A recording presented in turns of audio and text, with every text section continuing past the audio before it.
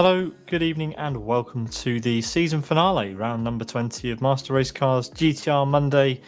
I'm Peter Butcher. I'm back in the commentary box for the finale of this season. The NGT class, Aston National in Live for Speed, the GTR Monday series organised by Master Race Car, live on Twitch and YouTube. Qualifying is green, but just before we head to the track, we're going to run through what's been going on this season. All right, so yes, 20 rounds culminating in a finale with the NGT's Aston National. It's been a brilliant season of which we've covered 6 rounds this year. And yeah, good job to MRC for putting this one on for everybody. It's been a really fiercely competitive, competed season. And yeah, we're in for quite a finale. I missed last time out, but Tilo and Kid did an excellent job with that one. And it was an exciting race. So hopefully we can bring you the same thing today. Aston National is one of the most popular tracks in Live for Speed, especially in the single-seater cars and back in the day on some of the old GTR rotation servers. So quite a few of the drivers must be familiar with it in the GTR spec. Possibly not, though, in the NGTs, the UFR and XFR. We've got 20 minutes of qualifying, which is underway. The drivers just making their way out onto the track. Then we'll have 38 laps plus a formation lap at the top of the hour. And here we are, Aston National. 5.6 kilometre, 3.5 mile circuit, and unfortunately Kid won't be joining me for commentary today. His internet has given up a little bit this afternoon, so it'll just be me in your ears for the race. So I hope you can put up with that for the next hour and a half. Alrighty, let's have a look at the class. You should be familiar with this if you've watched other GTR Monday streams by us, but yeah, we've got the 1.4 litre inline-4 front-engined UFR, front-wheel drive, and the XFR, the 2 litre inline front 4-engined front-wheel drive car, also in the same class, but with slightly more horsepower, but it is slightly heavier. These cars are pretty well balanced, and we'll have to take a look at the track to see which drivers are favouring which car. Yeah, we'll take a look at the standings as we head into the actual qualifying session, because I want to bring you pictures of that right now.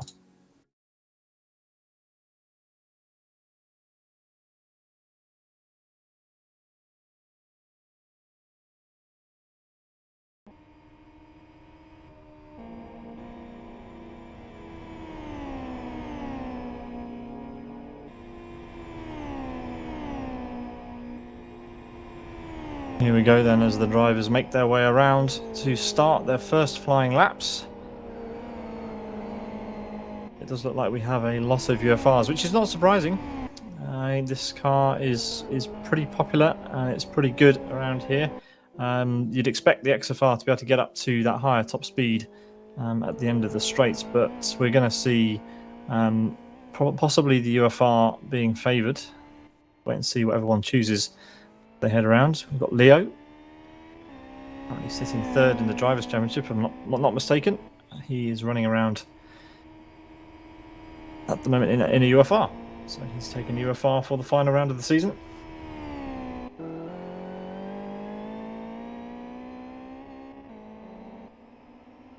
It does look to be a UFR-dominated session so far. Here comes Hernan, another furtive racing car. He's on an outlap.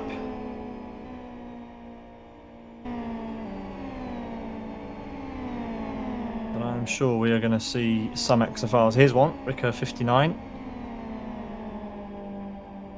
And we'll have to wait and see which class is faster today. You would expect, as I mentioned, the UFR maybe to be leading the way, but someone might throw a spanner. That was Texas just briefly on the screen. Here's Yari Katila. Goes in the UFR today.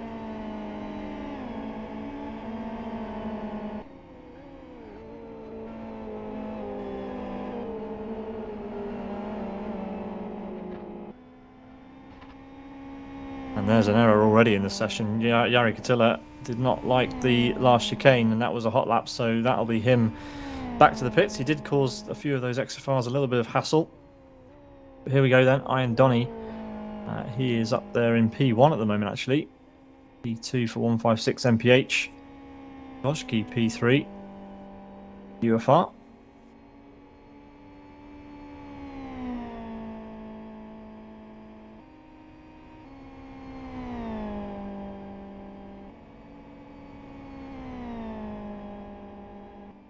And yes, plenty of times coming in, but it is the XFRs that are leading the way. We've got Haki Roku there in P3, 136 mph in P2, and this man on the screen, Ian Donny, who set the provisional pole very early in the session. 15 minutes still to go. Plenty of opportunities for other drivers to better that time, of course. There we go, Meneses for Team America popping up into P2 in the UFR. Jaroslav Donelik also popping up into the top times with the UFR.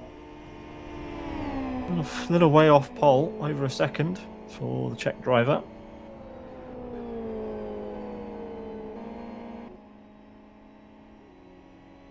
Taking a seriously wide line through the first corner, but the drivers will have to do that all race long if they want to be able to carry all the speed that they can onto this back straight.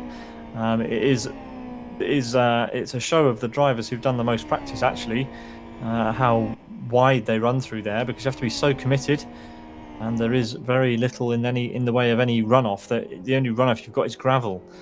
If you dip a wheel in there, it causes all sorts of trouble. If you've been involved in or seen any races at Aston National, or indeed any Aston track that uses this long first corner, you'll know that dipping a wheel in that gravel trap is not a good idea. Gojki, 0.3 of a second off the pole time in a UFR. So again, Gojki is on pace this week for Conquest Racing. And there we go. We have some shuffling at the top. Number goes into P3. Hernan for Furtive Racing sticks it on provisional pole, pushing Donny down by 1/10 of a second. Hernan driving the UFR. Number electing to go for the XFR, and as you can see, it's already getting pretty tight at the top. The top three now separated by just over a 1/10. 16 cars have set a time. Yaroloco not with a very representative lap time there. Down in P17. Hopefully he'll get back out and set a time as Leo goes onto pole position. Half a second ahead of his teammate in the UFR. But that is an impressive gap at this stage of the session. We saw him warming up just at the top of the show, but here we go. He's set his first lap time, and he's still out for another one, so he must feel as though he's got enough tyre life. Hernan elected to do just the one shot before returning to the pits. He'll get a fresh set of boots on and go out for another one. But Leo, he's going to try and do a couple on the bounce by the looks of it as he heads into turn number 2 here.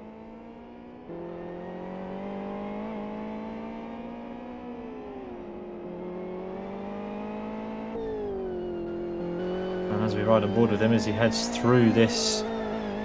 sorry, that's Hernan. Leo's on the back straight.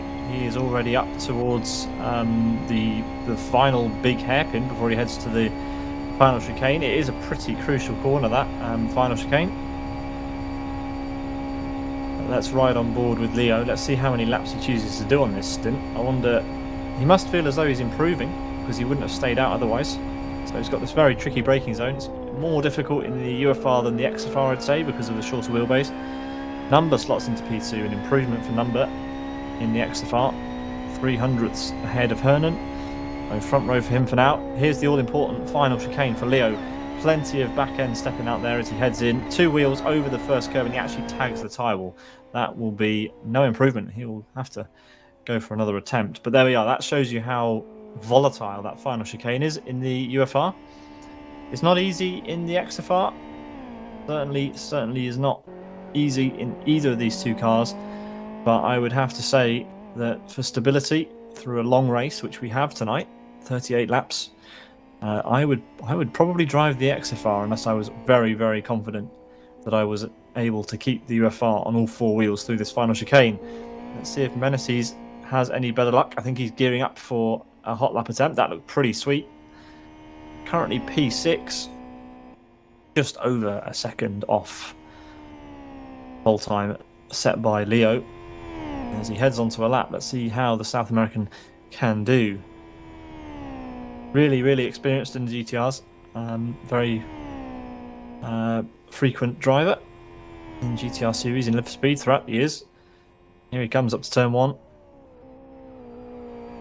A little bit tentative and giving away a little bit of track on the inside and the outside, actually. He's not pushing as wide as we might see some drivers pushing. So a little bit of time lost there for Menezes. Best lap of 1:55.7 in this session so far. So definitely looking to improve. And yeah, let's see. Up to turn 2 again, giving up a little bit of space on the inside. Not too much, not as much as turn 1. A little better through there, but still could have been tighter. All the time you're away from the apexes in these cars, you really are giving away time. So a lot of the drivers do need to tighten up these apexes. Anyway, here comes Menezes. There's not really a lot you can get wrong on this straight. It dips down into this little bit of a compression, and then as long as you're on that right-hand curb, it will drag you up the hill, and you can use these curbs as much as you want, because you're basically going in a straight line. You don't want to be on the curb in the braking zone necessarily. It can send the UFR into all sorts of trouble, but that looked like pretty good judgment from Menezes. Not going out too wide. You don't want to pick up any grass on your tyres. Exiting this hairpin, because it will unsettle you for the all-important chicane. Can Menezes get it right again on his flying lap? It looks good. Tags the tyres on the exit, but that won't matter. He's out onto the home straight. He has been displaced by one position by Yeroloco, but can he get it back? Let's see. Across the line comes Menezes, and it is an improvement to P5.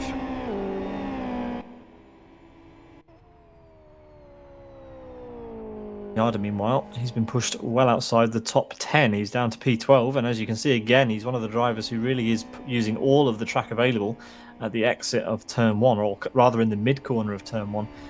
So, feeling pretty confident with the car to hang it all the way out there, but yeah, 1.7 seconds off the current provisional pole time set by Leo for Furtive Racing. Yarda needs to try and find the time elsewhere. A lot of time around AS National is found on the brakes. The brake pedal is just as important in racing as it is as the accelerator pedal. You can lose a lot of lap time on the brakes, and with this many flat out straights, there are 3 at this track. Yarda's on the final one at the moment. You need to make sure you're braking as late as possible, especially on a qualifying lap. Let's see how he does. Let's stay with him. 7.5 minutes to go in the session. And while we watch Yarda finish this lap, I think we do have time for our driver and teams championship standings. So Lacunas leading the way with 243 points, ahead of Gojki for Conquest Racing. Leo's in 3rd, Mandula 4th, Unite in 5th. Jaroslav Donlik is in 6th, and I'm sorry, that appears to have changed on me without any warning. We'll come back to those in a second, because in the teams championship, it is still Furtive Racing leading the way with Last Lap Motorsports, Conquest Racing in P3, Master Race Car P4, World Class Lions in P5. Then it's Race Green Autosports, Energy Virtual Racing, Born to Race Racing Team, Sidus, Ford Rally Sport Team rounding out the top 10.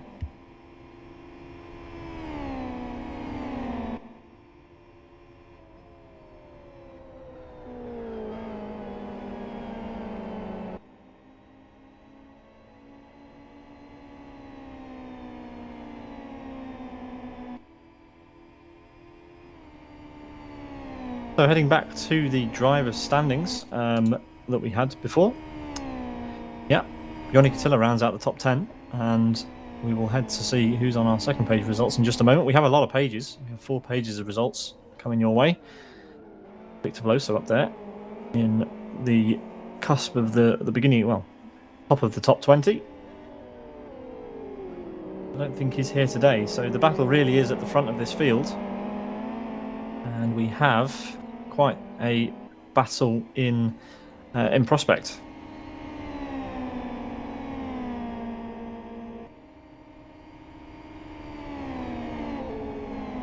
And there we are, 71 positions, but far more drivers than that. Will it be Lacunas, Gojki, Leo, Mandula, Unite who will take the title? I think only 3 of these drivers are even capable of doing it, maybe even 2, Lacunas and Gojki. Let's see, Gojki is, as far as I'm aware, the only one of those 2 who is here. We'll bring you confirmation of that as we get going. Alrighty, back to the qualifying action. Let's find out how Yarda got on. Yarda didn't improve on the lap we were watching. Can he improve here? He may be doing some race install laps. We'll have to find out. And we will, because as he comes across start-finish, will he improve? He will not. So no improvement again. What's Leo up to? Leo's coming up to the final corner. Final set of apexes. A very tricky chicane. 2 wheels with style through that final corner. He's got his teammate Hernan following him.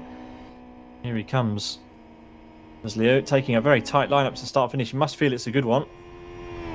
No improvement though. But he doesn't need to. Oh, as Hernan goes and takes away pole by 400ths. So I spoke too soon. Leo needed to do something.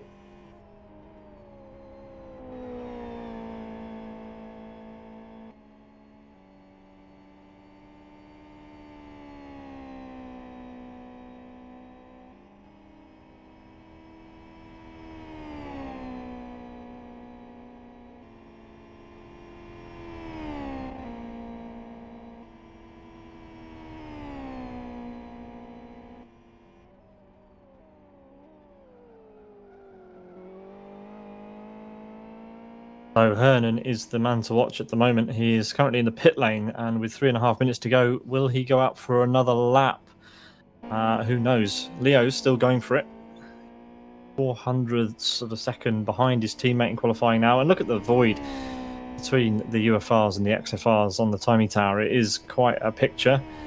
Hernan and Leo are miles ahead, in fact, of anyone else. Or over half a second. And there's a couple of XFRs looking like they're going to be occupying the second row of the grid. Magmaster's Number and Donny.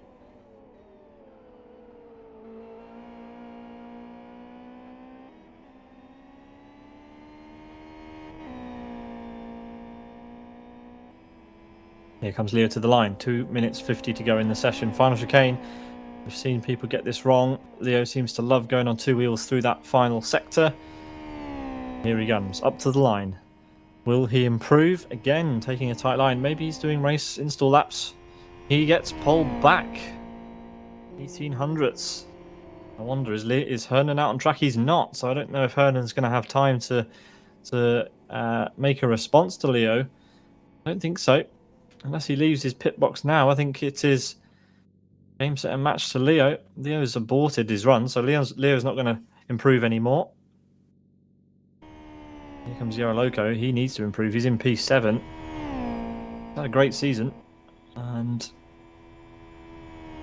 let's see, can he improve on this final lap that he will have? If he chooses to go around again, he could just squeak in another lap, but let's see what he decides to do. Up to turn 1, a few bites of the apple as he goes onto the brakes. He wasn't sure when he was going to brake there. Doesn't run it as wide as we've seen other drivers, but it's not necessarily the best line. Plenty of different lines work for sure through that corner. Here he comes through the first sector timing line in just a couple of moments' time. It's just after this hairpin, just on the exit. And another quick right-hander.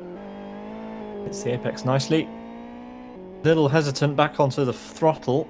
Had to lift off on the middle of the exit, which you never want to do, especially when it's the front wheels that are dragging you around the corner. Onto the back straight for Yaroloco for potentially the last time. He could have another go if he wants.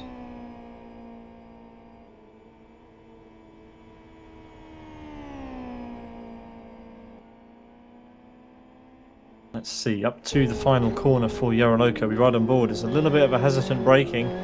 And again, hesitant on throttle pickup. Is this a real attempt, I wonder? Let's see what he's doing. It's 1 second off the pole time. 1 chicane to go.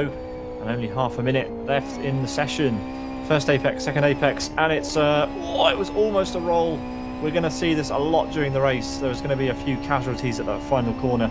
Master Race Car have picked an evil combo for this final, and it is indeed no improvement, but he is able to go for one more lap. 10 seconds to go before the flag drops. It looks like, who's who's just managed to get across the line? That was Bumshnarski. He has just managed to get across, and he's aborted already. So it will be Yaroloko, the final car, if he decides to finish this run. A little bit more attacking, it has to be said, on this one. Keep an eye on what he's doing, but yeah, look at the times up at there, set by the Furtive Racing duo. They've impressed all season long, and Leo has thrown a lot of stuff at this championship, and he will, well, almost certainly take pole position for the final, unless anybody is on a lap and able to displace him. I'm trying to find out whether we have Tautas Lacunas in the server. I'm not sure we do.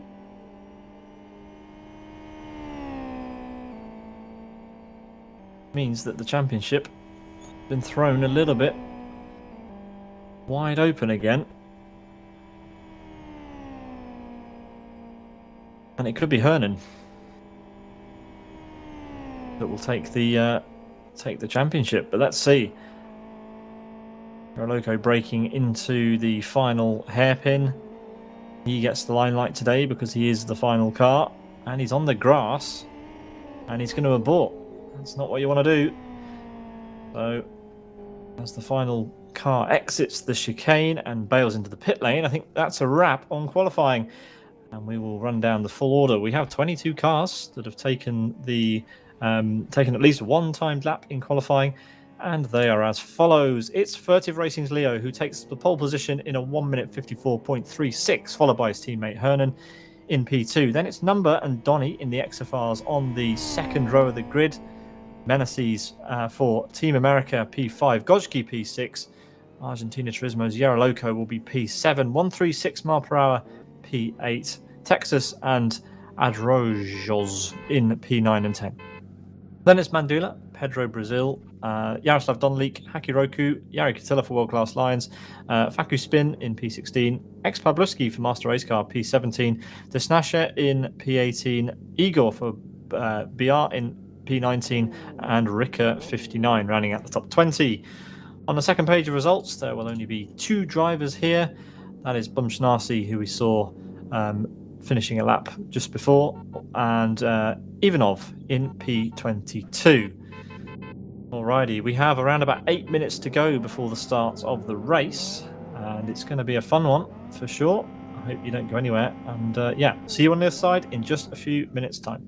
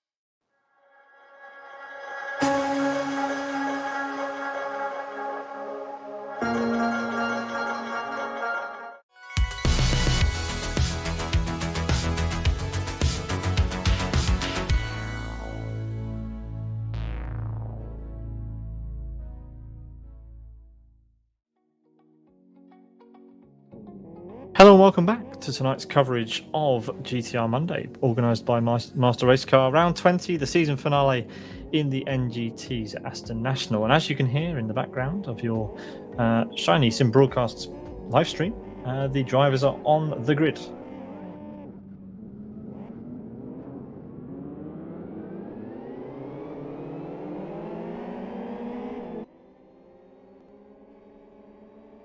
Here we go. Drivers make their way out onto the circuit, following the safety car. And it will be Leo who will lead the drivers around on this formation lap. And it will feel like an age. The drivers will have to get their tyres up to temperature. And Leo won't want to pull too far ahead, because he'll be sat on the grid for a while and his tyres will probably go cold. So there we go, lots of aggressive tyre weaving going on by the drivers.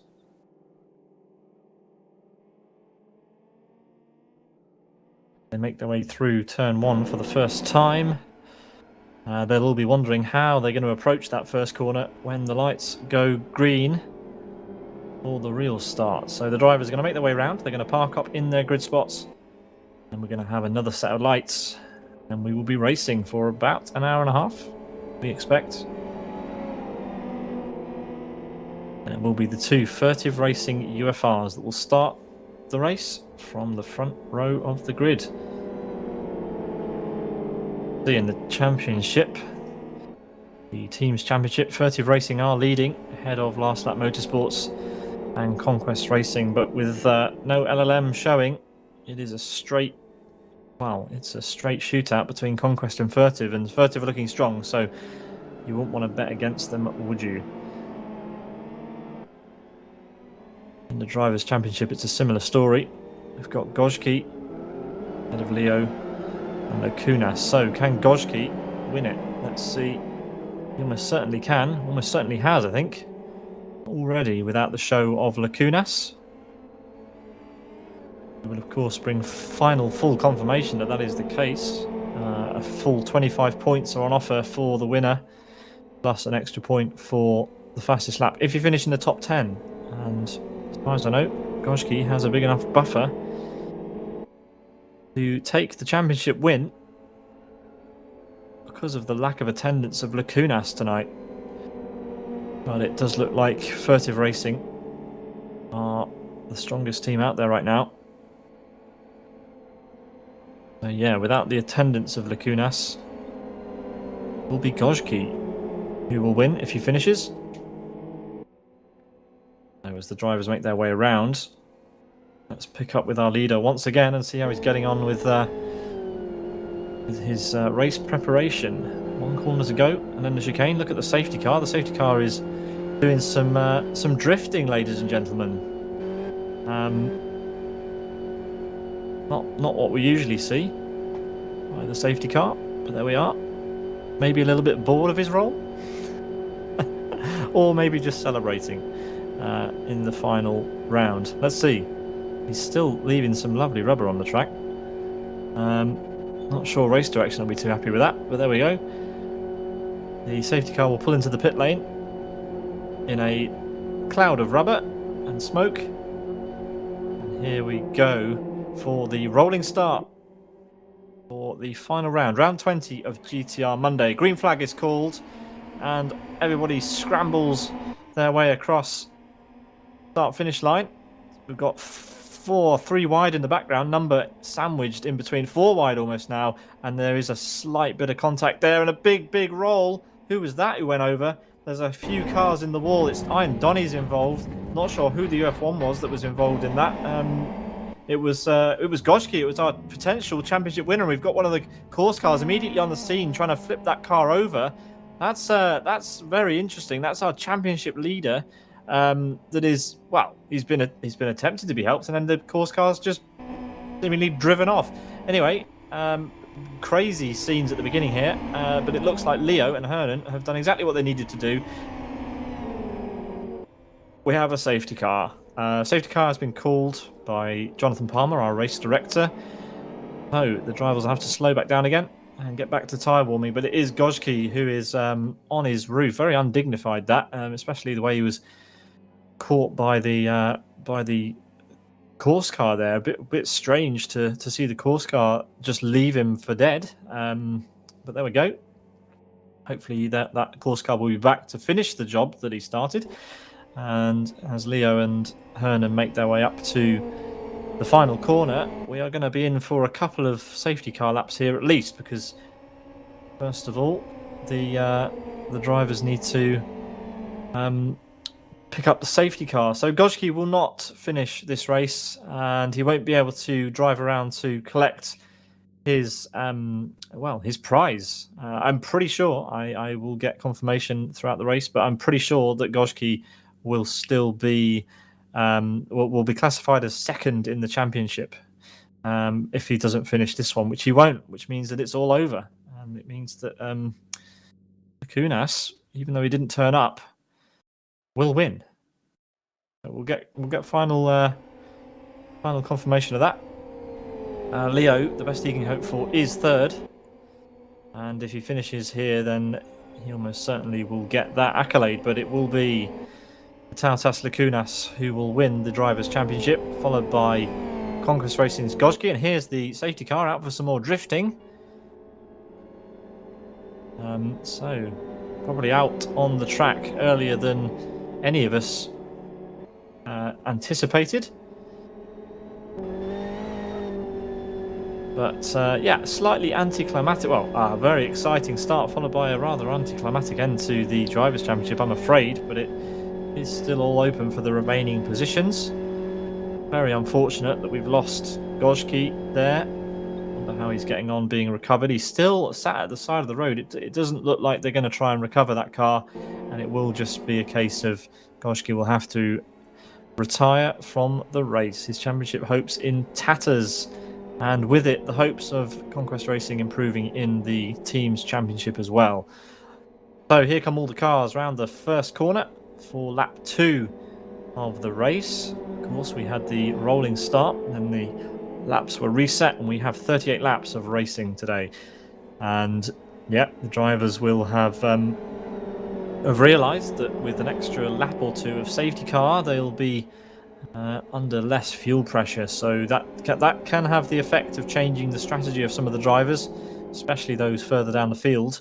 But yeah, let's see. Ian Donny, he was involved in this incident with Gojki, the potential winner of the championship, but he is not going to be happy with P19.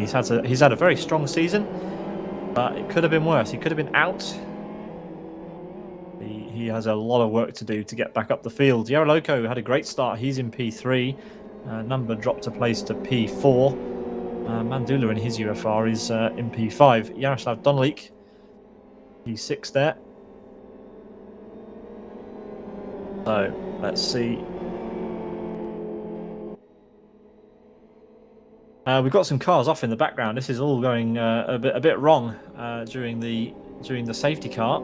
The cars shouldn't be having trouble keeping on the road during the safety car period. Absolutely not. So let's see what happens here. Hopefully all the drivers get back into their racing order and we can get this show on the road. Gojki has retired from the race, so he is gone. And we will be green flag racing, hopefully, if the race controller, Jonathan Palmer, is happy that everything is set the way he wants. We can go green at the end of this lap, maybe one more.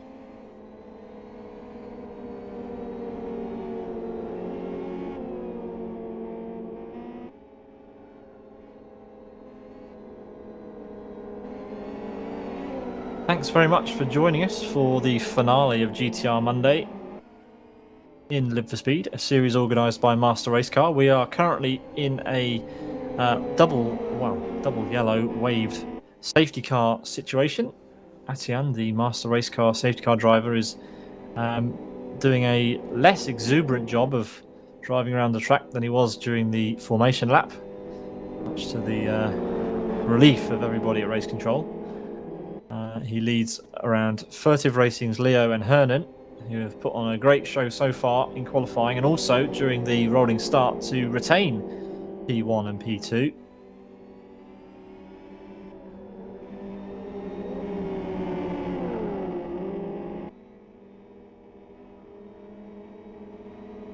And it does look like we are going to be joined in the commentary box by one Travis Mellinger for this.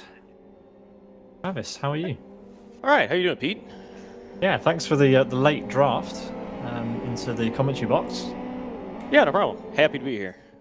Yeah, so I'll bring you up to speed. The battle for the Drivers' Championship is over. Gojki has retired after a first lap incident with Iron Donny. And so we are left to watch the furtive racing cars fly around at the front. All right, how this, about that? Safety car lap. So there we go. A bit of drama on the first lap. Unfortunately, it was the driver, the car of Conquest Racing's Gojki, who was looking to overtake the non-attendance of Vitasis Gutskas in the Drivers' Championship. But there we go. Safety car in this lap, as confirmed by our race director. So hopefully we will get the race up and running. Well, I feel like I picked a good day to pop in because these cars are so much fun to watch. I see. I said that right as everybody's doing these big drifts to get heat in the tires as they're coming around to end this safety car lap. This will be really fun to watch. Thanks, Pete. Yeah, you're very welcome. Glad to have you with us.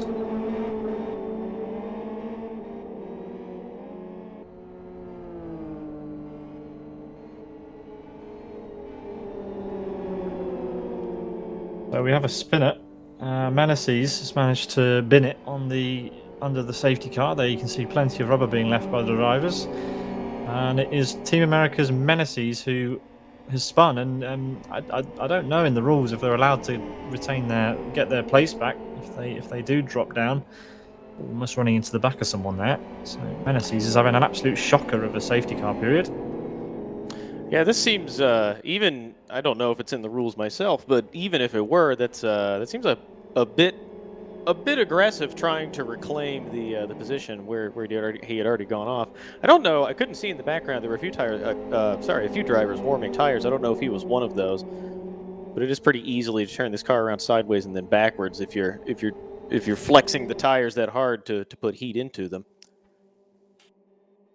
Meneses has been told by race control to go to the back of the grid, and rightly so, in my opinion. Oh, sorry. Hachiroku did the same thing. We are green. Off we go. Yeah, so some confusion at the back, but we are racing again. Leo with a great restart. Hernan reacted well to the lights as well, and all the other cars file through. Yeah, Travis, a bit of an unorthodox start to this race in many ways, but we are now green, and hopefully for a while. Let's see how everyone's managing at the back. We've got cars off. That's Ivanov almost making it 4 wide. Yari Katila's there, and we've got the recovering Iron Donny, who was P19 a moment ago. He's already P13, so a good start. Oh, and there we are. Meneses had to run pretty wide. It's 3 wide there. Yeah, it's really easy to get a clean start on this long straightaway on this circuit, but then you get that really fast right-hand corner, and now they're in 4 wide. That was close. I thought they were all coming together. Just a bit of a tap there and a bit sideways, but they managed to survive. Impressive driving, going 4 wide on this the first lap from the restart and managing to gather it up, not cause a huge shamazel back there. This is exciting racing. It absolutely is, and we're riding on board with Fragmaster's number. He's had an interesting restart. He's dropped a place, and he's managed to, well, he's in 4th at the moment, and he's chasing down Yaroloko. He's the highest placed FM car. We've got Ricker off at the 2nd hairpin. He's rejoining now down in P19. He had an incident with Hachiroku apparently, but anyway, back at the front, it's furtive racing superpower at the front at the moment. Yeah, looking back to number, I got kind messages from him when I suggested I might be able to join after Kid Zdeněk had a bit of trouble. Number seems to think that he does better whenever I'm commentating, so maybe this will be a good omen for him. If he's listening, get out there, buddy. Best of luck. Good job. Get after it. Don't let me down. Well, there we go. I don't know. Whenever I put the cameras on him, he seems to have trouble. Who's that off? There's tyres in the way. Pablisky goes through the tyres. There's an XFR there with a blue and white. Who's that with the green wheels? Is it Igor? No, Igor's here with the UFR. I couldn't quite catch who that was. It's this man, Ad Rogers. Yeah, there was one of the XF GTIs was sideways, and then another car, I think it was the purple car that we were on a moment ago, avoided him by going through the tires. Well done by everybody else behind to avoid the cars going sideways and spinning. That looked like it could have been another big accident, another safety car, but everybody manages to just sneak through. Heads up driving by everyone back there. Unlucky for Pabluski. Numbers making inroads on Yaroloco. This is impressive pace early on from for the XFR. And yeah, you've got to look down to P8 to find the next XFR. Number doing a great job, and it looks like he might be making gains.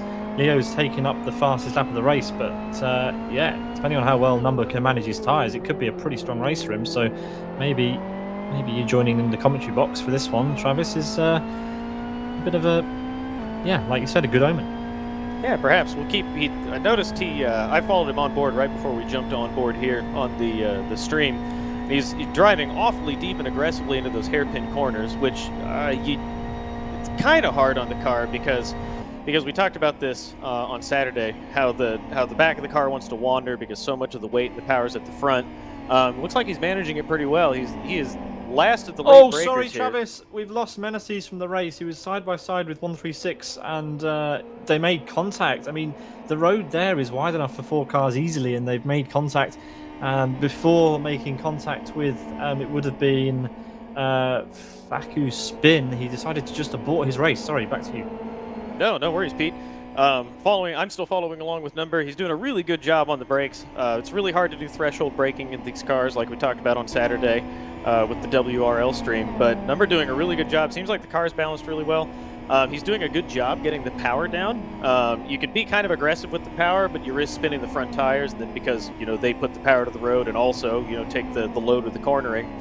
It's kind of hard to balance it, but it looks like he's doing a pretty good job. He's all over Haraloco. Lost a little bit coming into that corner, but now he's got a nice tight line coming out of here. He'll be able to run the car out wide, ease the load off the tires a little bit, have the slipstream. I think he's going to stick to Haraloco for a little while. Yeah, you mentioned the WRL drivers. I bet they'd be terrified if they were watching this. Anyway, Number is indeed gaining on Yaroloco. Nicely you can see him. Yeah, it's a really nice view looking back from Haraloco. You can't quite see it in that rear view, but you can see it. Oh, we got the onboard here with numbers, so this is really good. You can see how he's making these tiny adjustments with the steering wheel when he's under braking, chasing the rear of the car around a little bit, keeping the car at threshold braking. Really impressive driving from him, and everybody ahead of him will be doing the same too. So we switch cameras back here. Nice tight battle coming out of this corner. Igor slips in, or has a car slip in behind him. You can't tell which car that is. Ivanov behind him. Nice tight race here. Yeah, Igor's having a nice battle here with the Argentina Turismo drivers, and BG Ivanov is in there as well.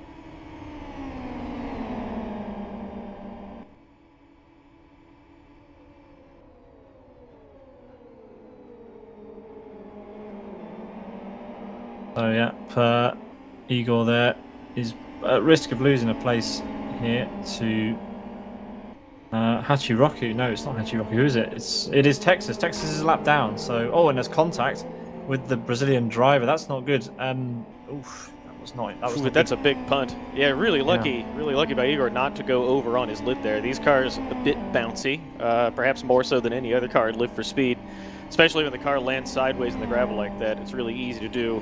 Yeah, end over end or barreling crash. Yeah, I think Igor is one of the newest drivers in this field. I think he's only had the game a few. Not that long. Sorry, Pete. I'm following Number, and he's just gone off into the gravel in the first corner. He's managed to get it out of the beach, but he's fallen down to 7th, 8th, 9th. He's now down to 10th position, I think. Not sure what happened there. We'll have to. It could be a case of just going too wide, pushing too hard through the first corner, maybe a touch of being in the slipstream. There is aero effect in these cars, of course. If you follow really closely in the GTRs, the NGTRs, sorry, you do have a slipstream effect, and it could have just pushed him slightly wide, or he just overcommitted to the corner. But anyway, P10 at the moment. That promotes 136 to the highest car, the highest driver in the XFR. Shocker for Number. So we've got just a note from the race director now. Multiple incidents under investigation, Pete. So one of those, Meneses, though for a different reason than we thought on the restart, he exited a closed pit lane on the start. Oh, and then overtaking under the safety car. So we did note that, but we missed him exiting a closed pit lane. Gashki also under investigation. Several other incidents under safety car, non-specified. So I think the race director's having a busy day. Yeah. And then some incidents of overtaking for the start-finish. So I think there may be a lot shaking out before this race is even over. Yeah. See how the order ends up after they're done investigating all of those things. Well, Gojki's incident's not going to hurt Gojki. He's already out of the race, but it could potentially hurt Iron Donny, who's down in P18, and he can't really afford any more penalties or anything like that because, well, he won't be able to recover in time. We're on lap 8 now as Leo comes across start-finish with the fastest lap of the race so far. And Hernan following him is he's dropped back quite a way. 2 seconds now the gap. Yoroloco doing a pretty good job keeping up with these two. He is 1.3 seconds behind the second placed Furtive racing car. And then it's Mandula, who's always a bit quiet in these races, isn't he? He just keeps out of trouble generally. And he's been growing in pace, performance and consistency throughout the year. And he's really becoming one of these names that you're seeing inside the top 10, inside the top 5, Travis. Yeah, he does a really good job. He does consistently stay up there, as you said. He has good pace. I don't know that he has the ultimate outright pace, but as you said, he does a really good job, being consistent, staying out of trouble, and then he drives near the front. He does a good, consistent job staying out of trouble. Yeah, absolutely awesome work.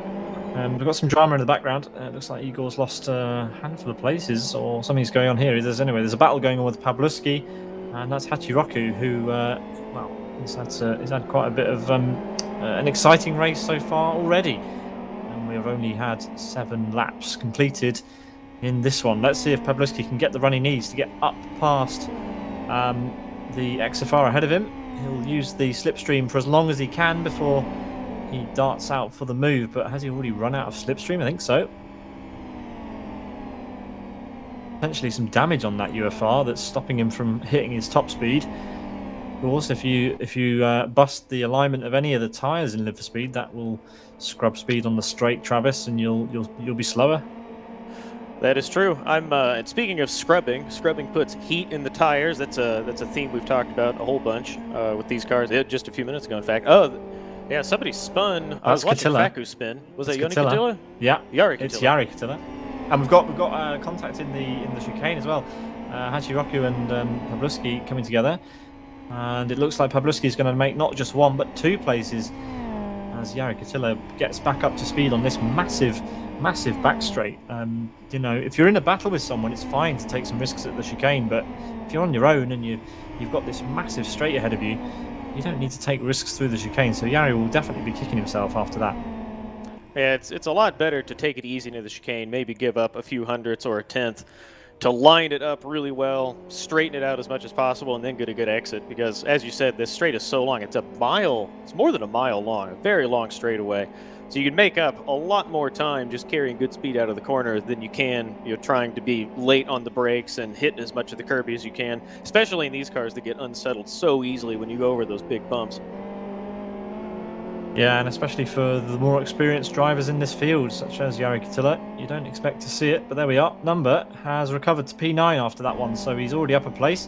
Next car for him will be Faku Spin for Argentina Turismo. Speaking of his teammate here in P3, the gap is coming up slightly now, Travis. It's gone up a second to Hernan on this lap alone, or over the last couple of laps at least. So those two up front really are starting to check out, and they are showing why they have been dominating the team's championship throughout this season. 20 races of Master Race Cars GTR Monday. We are in the season finale, and we're on lap 9. So on the topic of Faku Spin, we were talking about tires and heat a moment ago. I've been looking down the order, and all the drivers on the track doing a remarkably good job taking care of their tires. They're in the sweet spot, the optimal temperatures as well. Oh, Number! Spin. Oh, yeah, I was about to say Faku Spin nearly flipped it over, and the Number did it right behind him. A mighty save from Number to go over, like on 2 wheels and over those tires. That car might be damaged. He's No, he's picked up the speed now, but he looked quite slow across the start-finish line there. Yeah, Facuspin, the only driver not doing a great job taking care of his tires. Everybody else, they're in the optimum range. Facuspin, I think, must have had some trouble a few laps ago because the left front tire was boiling hot on his car. Oh yes, look at he's this. driving it really hard through this first corner. I think he might want to amend his line through there so he's not leaning so much on the left front tire. Everyone else taking pretty good care of their equipment, apart from the bounces and jostles and jumps over the tires. Yeah, we're not even a quarter of the way through the race, and we've already seen a few incidents of that last chicane, and you know, it's still early days. Drivers really are pushing for everything, aren't they? So yeah, Number has well, I think he's used his one life for this race, Travis. Yeah, I think you're probably right. He won't want to do that again. I dare say he's been through a life and a half so far. He had that excursion into the beach in turn 1, and then a near catastrophe coming through the chicane. I think he'll want to think twice about some of his more aggressive driving through the trickier parts of this circuit.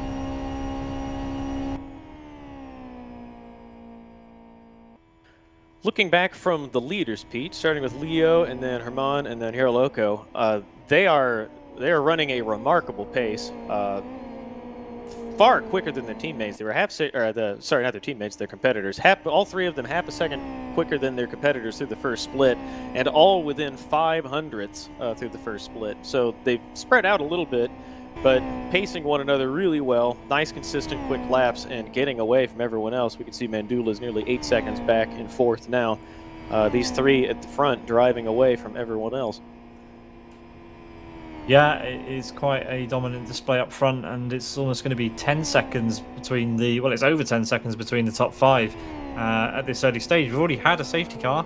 I wonder whether we'll get another one during the race to bunch everyone back up. I know we've had that a couple of times throughout this season of GTR Monday, and it always shakes things up, and it doesn't make it as straightforward for the likes of Leo and Hernan. We saw the masterclass of Hernan and Gojki at the safety car restarts back at the South City round we covered a few rounds ago, and yeah, the safety cars really do add an extra element of excitement to these races, but I'm sure those lead two will not want any of that drama today. They'll be quite happy running around at the front of this race. So I've done another cycle through the order just to keep tabs on how everyone is caring for their equipment. And I'm not sure how he did this. I watched it happen, and I've not yet been able to figure out. Facuspin managed to nearly spin it coming down the second long straightaway into those two hairpins. He came over the bollards inside the curb on the left before you go to the hairpin on the national part of the circuit, and then nearly spun it. Had it opposite lock, the wheel turned to the right to keep it from spinning before he got on the brakes for those hairpins. No idea what happened there, but that accounts for some of the heat, the excess heat in his tires. Not sure if he's struggling with his equipment or what. It was really odd. Well, we'll have to ask him afterwards what's gone on there, because we didn't quite catch it on the cameras, but there we go. He's being caught by Number. The gaps come down over the last couple of laps, as you mentioned, as he takes quite an exuberant line through the final chicane. Number taking a little bit more of a tentative line after his spook a couple of laps ago. I don't blame him for that at all. No, certainly not. Pete, one thing that has always amused me about this class of racing and Live for Speed is how competitive these two cars are, yet how different they are. And the most remarkable difference between these cars is the size. The UFR looks absurd next to these XF GTIs because the XF is so big and the UF is so tiny. You can see these two side by side. This is a great shot. Igor in this gaggle of XF cars, and he looks like a go-kart with a lid on it next to these proper front-wheel drive GTIs. It reminds me of Goodwood Revival when you've got the Lotus Cortinas racing against the Minis. The Lotus Cortinas are so much bigger, with so much more horsepower that you'd expect them to be nowhere near each other. But through the corners, the Mini Coopers are quick, and on the straights, the Cortinas are quick. And they're just so much different in size and spec, but somehow they race well together, and that's what we see here. They do in this class. So yeah. Yeah, while I was talking about how silly these cars look, what happened there? That was a big slide. Yeah, he lost under the braking, got a bit sideways. While we were talking about how silly the cars look, Igor made a brilliant over-under move coming out of the first corner to get inside. Oh, well, he's I gone off said on the that, now grass he's gone again. off on the grass. Got it a little wrong going over the curb. And then was able to go side by side and take that position when Hachiroku was squirrely under the brakes. Now he goes through again with the extra power on this long straight. But Igor should have another shot coming into the hairpin at the end of this straight, I would think. He's in the slipstream now. He'll keep it tight over the curve here to shorten the track as much as possible and try to keep a bit of the slipstream. He takes so some drivers do this. I was never comfortable doing it myself. Igor obviously is braking on the green curbing there as in the background. Sorry, I was watching another shot while we're looking at this battle. Number nearly lost it coming out of the final chicane again. Oh, what's going on here? There's all sorts of drama at final chicane. That was Ivanov absolutely taking a dive actually over the gravel, and now we've got a four-way squabble for P11. This is giving Number, who seems to be having drama of his own, and Jari Katila a bit of breathing room. But yeah, I'm sure the race controllers, if they're not still deliberating over penalties, are going to be all eyes on this because, well, something's going to happen surely here because everyone's wanting that place. It was really attentive heads-up driving by everybody, and now has turned into a really good scrap coming into the first corner here. Zablowski has to get in the brakes to avoid hitting the car in front of him. It looked like he carried plenty of speed through the corner and was going to have the grip to make it all the way through, but nearly ran into one of his competitors. Still too wide coming over the curbs here. Yeah, Hachiroku will tuck in. Oh, this is really good bumper-to-bumper racing. Pretty close quarter stuff, and Igor there just in the background, just taking another dive on Hachiroku. He's made it work. If Igor's going to be unsighted by this other XFR, this is Ivanov in the bright white. He's gone deep. Igor's going to say thank you very much and take that one. Can Hachiroku follow? Well, he's going to have to use the slipstream. Yeah, I expect Hachiroku will be able to power right past him. You can see him closing even without the benefit of the slipstream. Was already looking to the outside and still pulling him. Oh, a little bit of contact, and he's off and sideways. Yeah, that's 3 cars out in one incident there because Igor doesn't seem to be able to keep the car going in a straight line for whatever reason. Can you check that account? Actually, I think this is one of the like I mentioned, this is one of the newest drivers actually in this field. So potentially a little bit of an experience there coming through. As far as I know, that is a pretty new account that's gone on there. So, yeah, Igor new to LFS, but that is a big accident. Yeah, that was also in a really high-speed part of the circuit, too. I think I wondered if we would get a safety car there, though we haven't heard a call. Typically, they throw out they throw up their hands and call for a safety car if a car's off in a really unsafe position, beached in the gravel at the final chicane or something like that. But the car, like those 2 bends are unsighted because they're undulating over these big hills, and then you can't see through the trees on the inside of the circuit. So pretty risky place for an accident, but it seems like everybody got through no problem. The race continues unabated. Igor's come in the pit lane, presumably wanting to repair damage, and decided to spectate, so he's out. That's a shame. Yeah, that's too bad for him. That was a good scrap, fun to watch, and then just a little bit of a bump with netcode. Whew. Close by Ricca to save it on the curb. What happened there? I don't know. He's either unsettled the diff, or I don't know, because there was a puff of smoke. I don't know if that car's got suspension damage. It looks like it has. It's got some front end damage for sure. Yeah, he's had a crunch on the bodywork on the right front, so he's been into someone or something. That certainly won't have helped. I think that's a something, isn't it? That's a lot of damage. I mean, these two here, they've got opposite damage, so maybe they've been bouncing off each other. We're watching Ricca and Ivanov, both driving plain white XFRs with opposite damage. So, I don't know, question marks. So ahead of these guys, Number is through Faku Spin, just went by him on the fastest part of the circuit on the back. Faku Spin, a big send on the outside to try to keep the position, but goes in a little bit deep. Number able to drive through the optimal line in the corner. Now he'll use the extra power to get away down the hill here. He needs a good exit through this chicane to keep this position and then get on with his race. Looks really good there. Nice and smooth over that curb. Takes just enough on the right side to shorten the track without ending up running 2 wheels through the next part of the corner, and off he goes. Up into 8th position. Always a risk going on board with the driver during the as they go through that final chicane, because you never know what's going to happen. It's getting close up the front. 136 MPH is coming under a little bit of pressure now from Mandula. Has Mandula been in the pits, or what's gone on there? I think he's lost a few places, hasn't he? I think he's not been in the pits, so something's gone on that's there. Right. Yeah, he was up in fourth. P4 as well, so I think Mandula's made an error. I think that is what we have to draw from that. We missed it, but there we are. We're seeing some drive-through penalties come through now on account of the all the infractions that the race director was investigating earlier. I saw a drive-through for Pawlowski, and one more just went by that I just missed. I'll have to check on that. Ivanov and Doney with drive-through penalties, all for overtaking before the start-finish line after the safety car restart. They have 3 laps to serve that drive-through penalty, so we'll keep an eye on them. They'll be going backwards, and we'll promote... Well, that'll promote Hashiroku and Texas from the back. Well, it might promote those two when they come through. They're pretty far off the pace and a lap behind. And Ivanov also near the back himself. Yeah, Does it not may not look change like the that will order have too much. Yeah, I don't expect that will change the order too much. Pawlowski will fall back. Meanwhile, at the front, Yaroloko again going a bit, well, exuberance through the final chicane.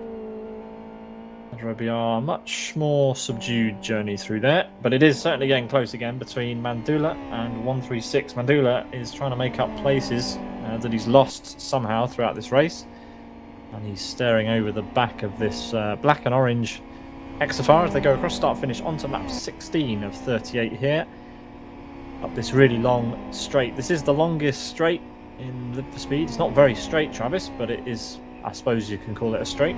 Yari's spun at the chicane again. And Pawlowski's coming in. He has. Well, this is his drive-through. Yeah, I wonder if Yari got into the tires too, because the front end of that car looks a bit more like a pug than it did the last time we were watching him come through. Better look at that grille. There we are. The pug-like grille of the UFR. The new one for me, Travis.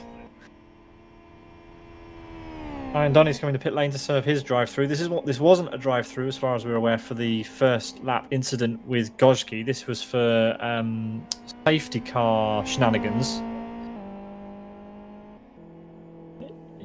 What's Ivanov doing? Ivanov's gone into the pit lane. He hasn't repaired damage. He's got an indicator on. Yeah, I believe he was one of the drivers who had a drive-through penalty, unless I missed that going by or misinterpreted that when we heard it. Did he clear it when he went through then?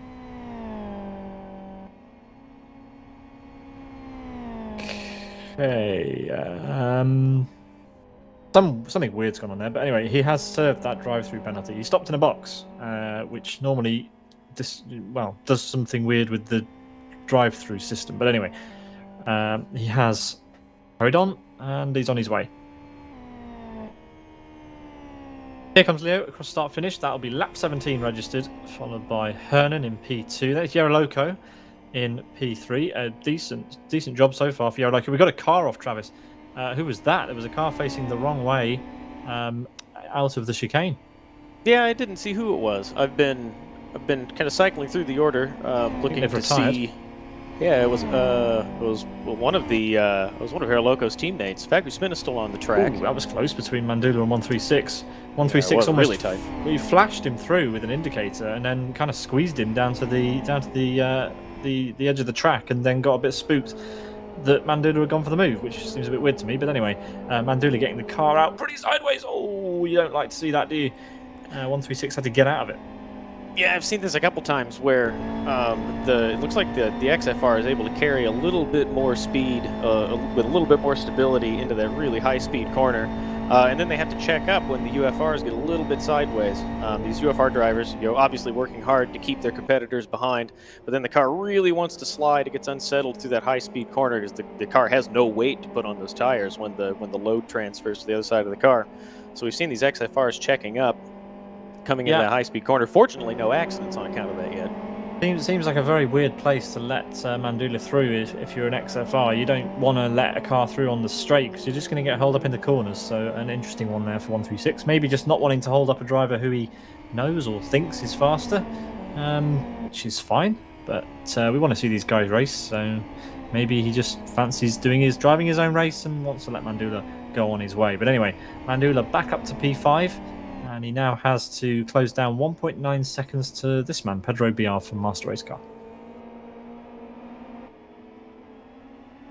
Travis has had to step away for a moment, so we will take a look at what's going on. We have 15 cars remaining in the session here. We've had a few retirements, namely Gojki, who was challenging for the lead in the championship in this round. But that means that the honours will go to Vitatas Lagutskas. He will win the Drivers' Championship for the 2021 season of GTR Monday, organised by MRC. Teams Championship still all to play for. Furtive Racing comfortably leading, but they are also leading the race very comfortably too. 136 has decided to back out of another move on Mandula on the straight. Got alongside him, didn't fancy overtaking him, just doesn't want to hamper his speed down the straights too much.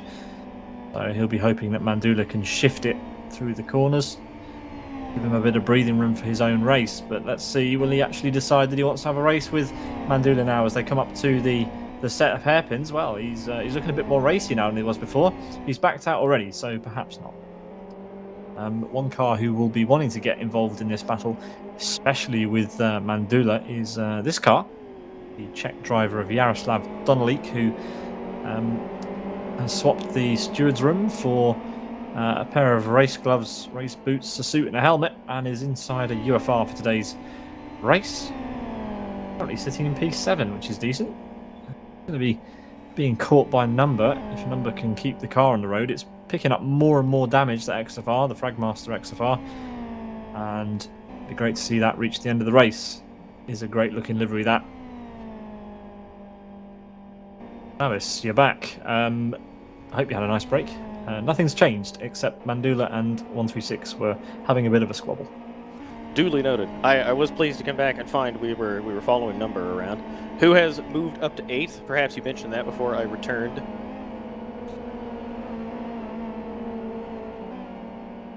Oh goodness, it's always a bit tense watching these cars go through the final chicane when they're pushing flat out in a battle. Yeah, it's always gets pretty close. We've got Pedro Biar coming up behind a back marker. Difficult to tell you which one because it's not wearing a very useful colour scheme, but it is a back marker nonetheless. It could be Ivanov or Texas. Can't tell you.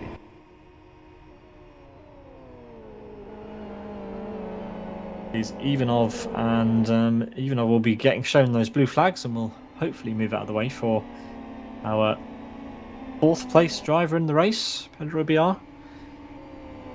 Ivanov decides to back off on the inside, which is a little bit unhelpful, but anyway, Pedro's through.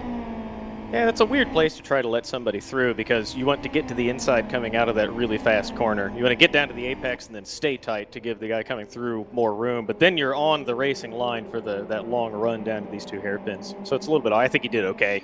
Just getting, easing over and slightly backing out of it so the other driver had plenty of time to react and get through. Well, there we go. He lets Mandula and 136 through on the exit of the 2nd hairpin. And there we have the battle from P5 down to P8. We've just Number in the back of the shot there in the distance. Baku Spin just rounding the 3rd hairpin as well. So, yeah, this midfield is closer than you might think. They are all going to potentially bunch up again because there are some cars that are slightly out of order than where we would maybe expect them. Anyway, it's getting mighty close in this little mid-pack. Ivanov letting Jaroslav Donolik through, and Yarda needs to set his sights on 136 and join his UFR buddies. While you were saying that, Leo just set the fastest lap of the race, mighty quick, at a 51. Sorry, a 55:10. 51:10 would be awful. That would be quick. 55:10. So sneaking up on the 54s, and still creeping away from his teammate behind him in Hero Loco in 3rd.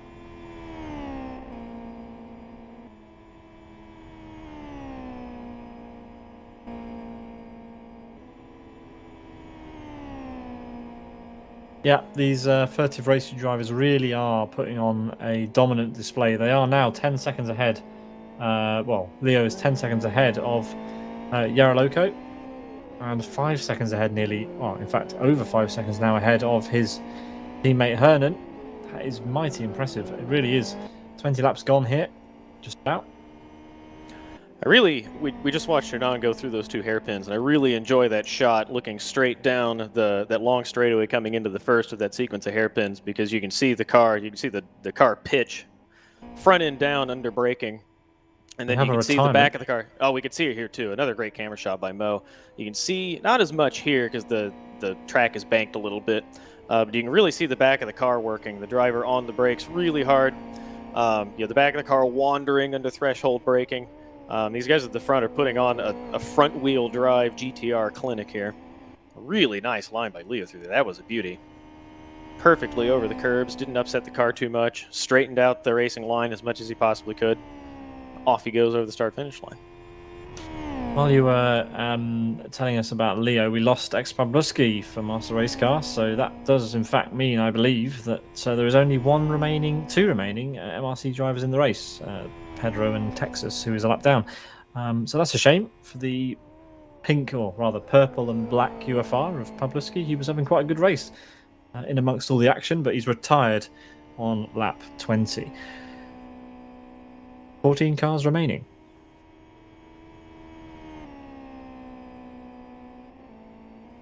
Still some fighting going on in the mid-pack here. I've tabbed to Yaroslav Donalik running in 7th position, who is all over 136 coming into the first corner now. We've seen these UFRs like really struggle. Yeah, we've seen the UFRs kind of struggle for balance through the corner. They tend to slide, but he was able to go really deep on the brakes. Managed to collect it pretty quickly, get a good run out of the corner. He's still right there with 136. Yeah, he gained massively on the brakes into turn 1. Let's see if he can do the same into turn number, turn number 2 here. Oh, this is such a great shot. That was a huge send late and hard on the brakes. You could see the back of the car wandering like we were talking about just a moment ago. And he is all over the back of 136. Takes the beautiful apex, just takes some of the grass there. Probably a little bit too much because he's falling back now. He may have lost the grip he would have had to carry the speed through the corner, but this is a great shot. Really fun to watch him all over 136's bumper. Yeah, we'll stay with it. These two are easily the closest on track for position. We don't really have any other very close battles. Let's see if Yarda can get past at some point on this lap. He has been gaining for a number of laps now. And as I mentioned, he wants to get up and battle with Mandula, but Mandula is somewhat checked out. 2.5 seconds ahead now of 136. Let's see, actually Mandula's pretty close to Pedro, so we'll have to keep an eye on that as well, Travis. But let's see if Yarda can get past 136 on this lap. Great exit from the chicane. That's exactly what he needs. Yeah, there's a perfect line through the chicane. We turned in just a little bit late for the left-hander, so he could avoid upsetting the car over that the right side curb in the middle of the corner. Has kind of a bowl-shaped contour that's really easy to upset the car, but he hit it perfectly and straight-lined the exit. And he's right there with 136 again. We'll watch him send it on the brakes and see if he can't make a move into the series of hairpins after turn 1. Yeah, he's so strong on the brakes. He was actually further back this time than he was last time. But Yarda's one of those drivers who really uses all of the runoff, all of the space on the outside. It harks back to those Fox Junkies days, Travis, when you used to have to hang the Fox around the outside there. In order to be fast through there, Yarda using every inch of the track. Yeah, I was never very good at that myself because you had to have a lot of confidence. Ooh, as Mandula's right alongside here, just gets his bumper cut off coming into this second hairpin. Mandula is going to come, great exit out of the corner, going to be right on his bumper coming down this straight. It was really difficult in the Fox because you have to trust so much in the balance of the car and the downforce to pitch the car in from the curbs on the left and then tiptoe dance the car on the white line on the way out until you get that green concrete, those green bricks, to carry the car out wide. Guys like Number, running in 8th place, are exceptionally good at that. I could never do it. Here it comes. Mandula, he's gone for the move. He's gone for the big send into the Big hairpin. Sorry to interrupt, Travis, but there we are. He's done it. No, for now. No, you're fine. It looked a little bit conservative on the brakes. Now he's got to defend. He had a good run through the corner, defending here. Has room to move back over to the right side of the road. Perfect over that curb again. Ooh, but not the quite. second one. Yeah, it took a little.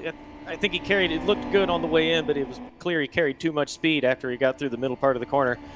I think he spooked his competitor. Pedro had to back out of it to avoid hitting him, and ended up keeping the position. But Pedro's carried a little bit more speed. Has a run now. Might take a big send into the first corner. This would be a brave defense. It looks like he's going to try it though. Yeah, Mandula goes defensive on the inside as he would be expected to. They're going to be side by side going in, but Pedro does back out. Let's see. We did cut away from the battle with Yaroslav. No, he's not quite managed to close up again. He runs so tight to the outside line. Lots of the other UFR drivers are able to take a very a much tighter line. Pedro might be having another look here, Travis. He's a little far back, but not. He could send it on an XFR here, but it's a little more difficult. Oh, well, he did send it and punted Mandula right into the outside of the corner. But they carry on much as they were, though they both shed a little bit of time on account of that shunt. Yeah, Mandula won't have enjoyed that.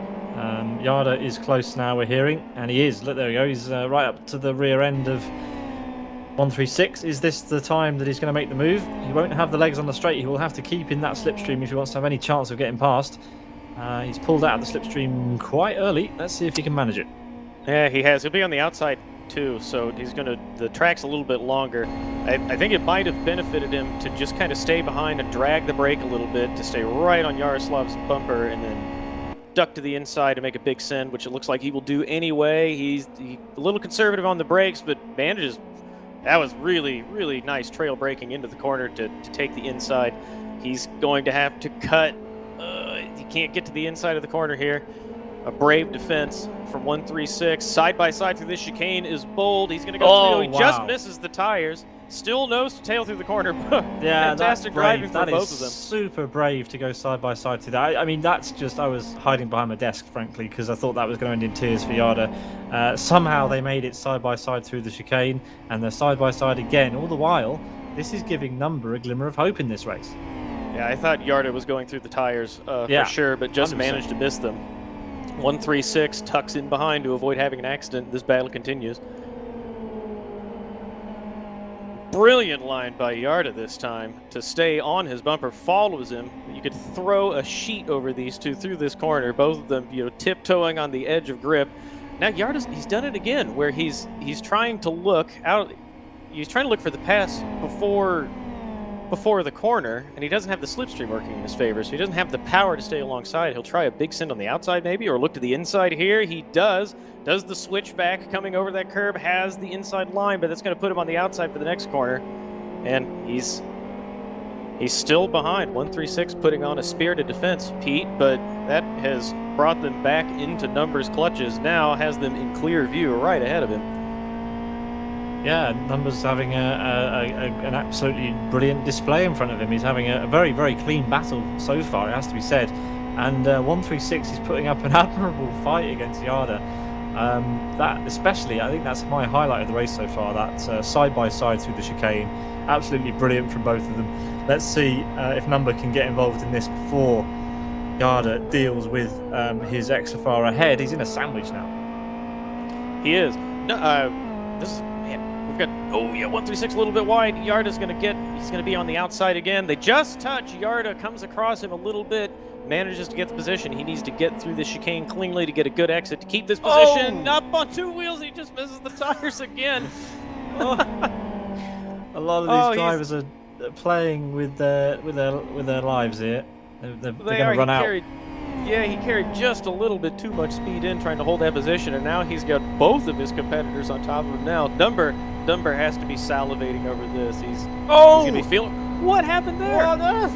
136 put a wheel on the grass and absolutely... what a save. I mean, what is happening here? What are we watching? I mean, this is absolutely crazy stuff. Number's going to be loving this, frankly. He's a racer at heart. He'll really be appreciating watching this fight, and he'll want to get stuck in, and he is now. Nose to tail with 136. He's got Yaroslav Donelik right there as well. This is going to be a three-way scrap for 6th place in this race. Yeah, and he's got the power, the speed, but he doesn't have the brakes. He might try to send it here. He has a look. He's hard on the brakes. He's got the inside, just locks up the front brakes coming into the corner, slides it over the apex, and in front, he just has a tiny bit of overlap, though. This is brilliant stuff. Able to stay there. Number runs him fair over the white line. All of them still on the pavement, nose to tail. Pete, this is insane racing. This is so fun to watch. Yeah, I imagine it's even more fun to be part of. I mean, I was going to say that I thought Yarda was going to be gutted. He just lost 6th to the wrong XFR, as the trees occlude our view there, unfortunately. Yeah, but there we go. It's as close as it can be. We've seen drama unfold up this hill with cars this close, but these guys are so experienced. They're making it look easy. Contact there between Yarda and Number. And Yarda, he's doing brilliantly here to keep hold of this. And 136 isn't done yet either. He's back ahead. What a scrap. Yeah, I assume he'll be a little bit conservative here and stay in line. He does. All 3 of them running a line astern. Oh, that an amazing exit by Number there. Got the perfect amount of curb. He's going to be right behind 1-3. I think he had to check up. We switched shots there, so we couldn't quite see it. Number had a great line through the corner, but 136 was a bit sideways over the curbs. I think Number had to check up, so he's falling a little bit behind now. And 136 gets that position back from Yarda. Yeah, I think Mandula's gonna be a little bit gutted when he watches this back, because he dispatched with 136 pretty quickly as Yarda almost loses the car on entry there. But and so did Number. What on earth is going on there? But yeah, Mandula's in a little bit of a bubble now. He's neither here nor there, and I bet he wishes he was involved in this. Yes, this is, I hope, so we talked about this a little bit during WRL over the weekend, and I hope some of our friends from that league are watching, as we talked about this a little bit during their race, where both of those guys, Yarda and Number, had big slides going into the first corner, but because these are front-wheel drive cars, all of the power gets put down at the front, they were able to carry the speed, save the cars, keep from spinning off by just putting the power down as hard as they could. And you can see the wheel spin, them putting the tire tracks down on the pavement, because they had too much lock on, and the tires weren't able to grip up, but it did prevent them from spinning. So that's if any of you are watching at WRL, that's the number one tip for these cars, is that if it feels like it's about to go, just get in the power, because the front of the car will just drag you along and you can save a spin. Great driving for both of these guys. Not quite in contact now like they were on prior laps, but I don't think any of them are going away. This should heat up again. Oh yeah, this is going to bunch up again, definitely. Yarda's great on the brakes, Number's good on the brakes. 136 does seem to be struggling in that department during this race, all forcing Yarda a bit wide again, but look at them, they're on top of each other once again. Let's see how they all go through the chicane, Travis. It's always fun watching them over these curbs. No issues this lap. Oh yeah, Yarda took as much as he could on the left. He's playing with fire, getting as close to those tires as he can to straighten the corner as much as possible. But now here they are again. You could throw a napkin over Number and Yarda back there. This is a great shot. Great shot back from 136's car. Number is through on account of the superior power from the XFR, but Yarda's not going to go away. Nope. He'll look for a good entry into this corner and carrying the speed, and then tighten up on them again. Coming into the next corner, he gets a brilliant corner.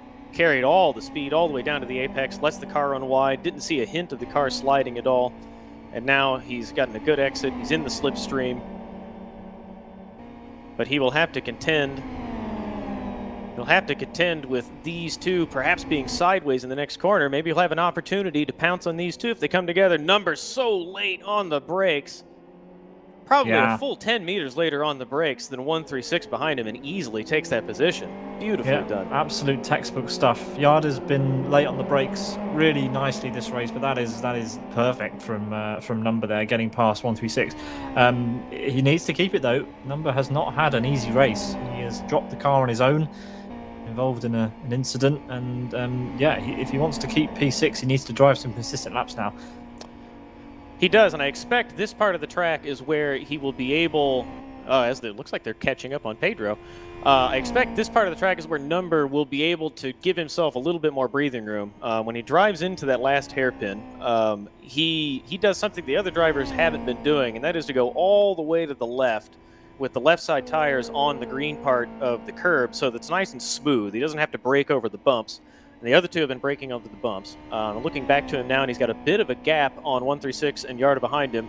Yarda all over 136, but Number with a little bit of breathing room now, though he hasn't dropped the slipstream. It's awfully close there, but he might just have gotten away. He needs to be consistent for the next lap or two, and he should have secured this position for good, as long as he doesn't make any more mistakes. Yeah, I think now that he's dropped out of that slipstream, it should be fine if he keeps it consistent. He caught up to these two pretty convincingly, and he'll have his eyes set firmly on Pedro and Mandula, because we have 11 laps left in this race, and that is enough time for him to catch at least Pedro. I mean, Pedro is even though these guys were battling very hard. There you go, you can see them in the background. Pedro is at risk of being swallowed up by not just Number, but also 136 and Yaroslav at this rate. Mandula made it back through. He's in P4, but let's keep an eye. Pedro is going to start to sweat now. This is the position you don't want to be in as a driver, being caught by three drivers that are all fired up. They've been involved in a battle for the last 10 laps or so, or about that, and you've been sat on your own minding your own business. You're not in the same mindset as these guys, and it's going to be fun for Number. It's always more fun to chase, in my opinion. Yeah, and as you said that, Pedro had a bit of a slide coming through the second hairpin there, which is not where you want to make a mistake. It's already a slow corner, so you're kind of on the limit of grip and have to be, a little bit ginger with the power. It had a slide in the middle of a slow corner where you can easily lose a lot of time. Number got a good exit, still gapping the cars behind him. We don't have a lap chart we can look at easily, or I don't myself anyway, so we can see what kind of laps they've been doing, over the course of the race. But on the last lap, Number was a full second quicker than Pedro, and I anticipate he will do the same thing again this lap, now that he's not in the middle of this scrap with the two cars behind him. Yeah, now if Pedro puts up a bit of a fight, this could end up being a four-way scrap again, as we see 136 getting a bit of a dodgy middle of that final sector. That's going to give Yarda a run.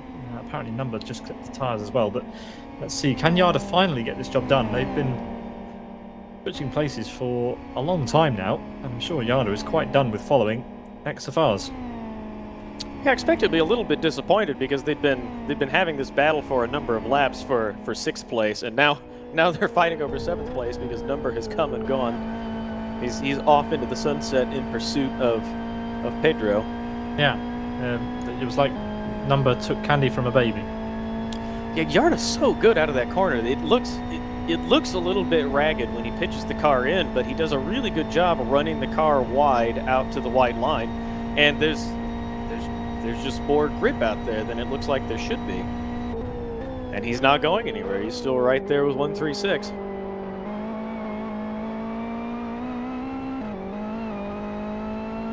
Yeah, a little bit wobbly onto the grass there. He's on the grass. That's let Yarda catch back up, but he needs to get this done soon, else Number and everyone else is going to have disappeared.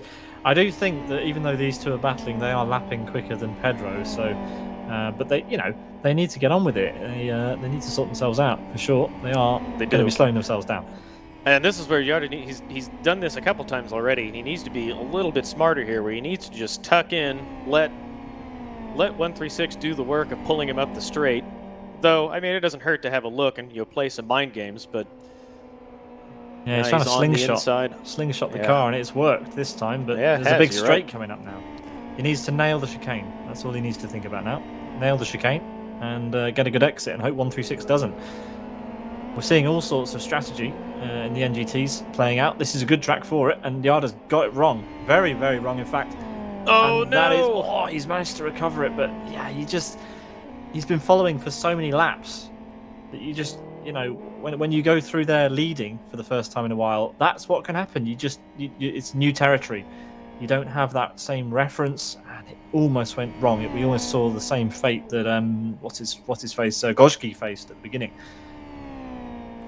Yeah, lucky boy. He had done a good job there. He was through in the hairpin, and then he did a really, really good job positioning the car, kind of in the middle of the track to indicate to 136 that he was going to close the door going into the chicane if he tried to make a move down there, but left himself enough room to get to the outside of the racetrack to carry the optimal line into the chicane. But I think he left it a little bit late, compromised his entry into the corner, and then carried too much speed, and that's that. Off he goes, and 136 takes 7th position for his own. Though now one battle ends, but now we've got Number all over Pedro, and Pedro's not going to like this very much. Number has the bit between his teeth. I'm sure he's grinning ear to ear and having a great day. Pedro, I'm sure, was happy with 5th and made his peace with 5th, and now it looks like it could be a 6th because Number is motivated and very talented. Well, let's see. Number has had probably the most airtime of all the drivers today because he's been up and down the order like something that goes up and down. Anyway, a yo-yo. Thank you, Chris McElroy in my ear reminding me of what a yo-yo is. Good. Into the final hairpin comes Number, and down to the final chicane. Yeah, he looks much smoother through there than he did earlier in the race. He was a bit ragged. I think he's got his head in the right space now. He's settled down a little bit. Beautiful run over that curve. Just takes the right side. Just misses the tires. That is the ideal line through there. Catches up a 10th or 2 on Pedro ahead of him. And now with the slipstream and the superior power, they should have a race coming into the first corner and then the series of hairpins afterward. Yeah, this is the best place to be in a race. You're coming into the dying laps and you've got someone to fight, you've got someone to get past. It's going to be... he actually brakes pretty early. I thought Number was maybe going to go for the send, but he decides that he's got enough laps left that he can take his time with this one. He's been catching Pedro by a lot each lap, so he does not need to rush this. He knows that Mandula is a way up the road and it's looking less likely that he's going to be able to catch Mandula. But anyway, pulls out the slipstream. Take it away, Travis. Yeah, he's alongside now. Dez just past the overlap now. He's going to be in front. Pedro's not going to let this go. He's got the inside line to get on the brakes. Number leaves him just enough room, but now he's got the inside line for the next corner. And Pedro's been struggling through here on the previous laps. Number gets him a little bit of a tap, lets him know that he's there. Is the inside line. Now this is where the superior power will help him. He can hang out in the slipstream of Pedro, and whenever he feels like it, he'll be able to pull out and just power on by. A little more difficult for the UFRs because they don't have quite as much power. We saw it was corrected by Mo and Pete in my ear on the previous lap watching Yarda and 136 when Yarda was kind of playing with the slipstream and trying to get the extra momentum into the corner. A little more difficult for Pedro coming from behind, though now he might be able to tuck in. Yeah, he's going to tuck in, get hard on the brakes, uses... awfully close there, but uses all of the road to optimize his braking and line into the corner, and he's still right there with Number. He's not giving up. Number with the defense to the inside, leaves just enough room. What? Oh, no! What happened there?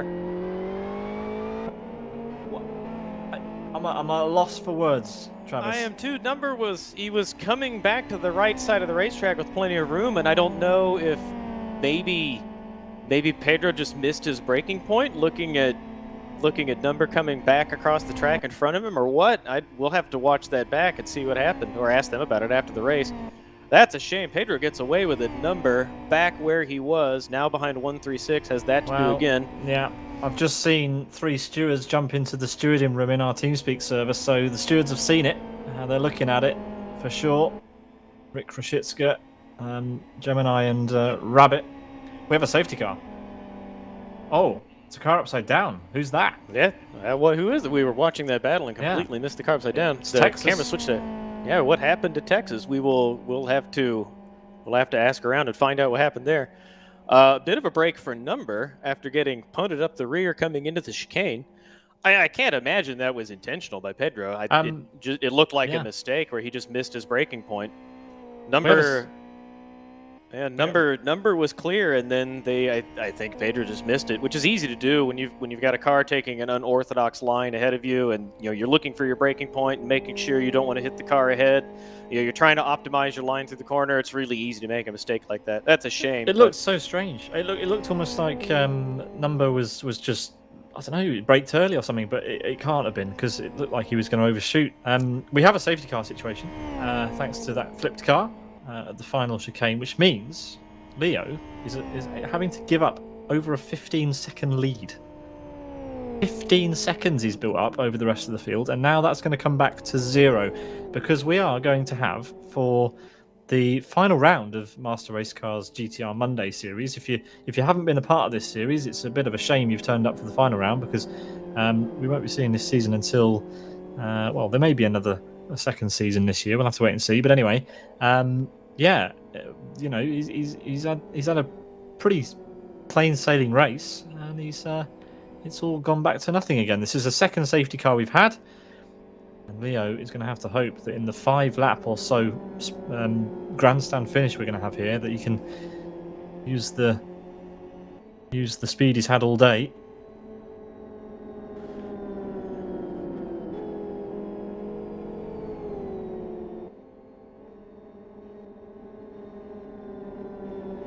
It looks like from review that Number may have braked slightly earlier than is considered normal, but Pedro undoubtedly braked a little bit later, Travis, than normal. So 6 of one, half a dozen of the other. I wonder what conclusion the stewards are going to come to with that one.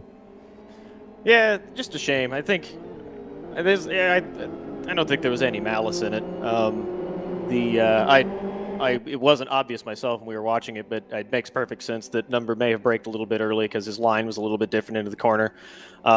Clearly late on the brakes from Pedro. I think it's just an unfortunate racing incident. You know, they're racing for position into kind of a difficult corner, and you know the lines are a little different, and they're defending. It's really easy to make a mistake in a situation like that. No harm done to either one of them, from what we can tell. You know, Number lost 2 positions. 136 is ahead of him. They do benefit from this safety car, so he's right back in this scrap. Yeah. Though for Leo, Herman, Herloco up front, they're going to be awfully frustrated. You know, they had settled into a rhythm. They knew how the race was going to finish, bar a situation like this one, and now. You know, you work really hard to secure a strong position, and it's all gone, and you have to fight for it again.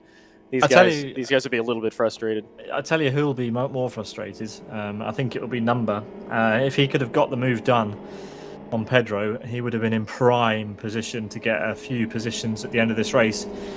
As it happens, he's going to be behind UFR and an XFR, which means that it's not going to be as plain sailing for him to the end.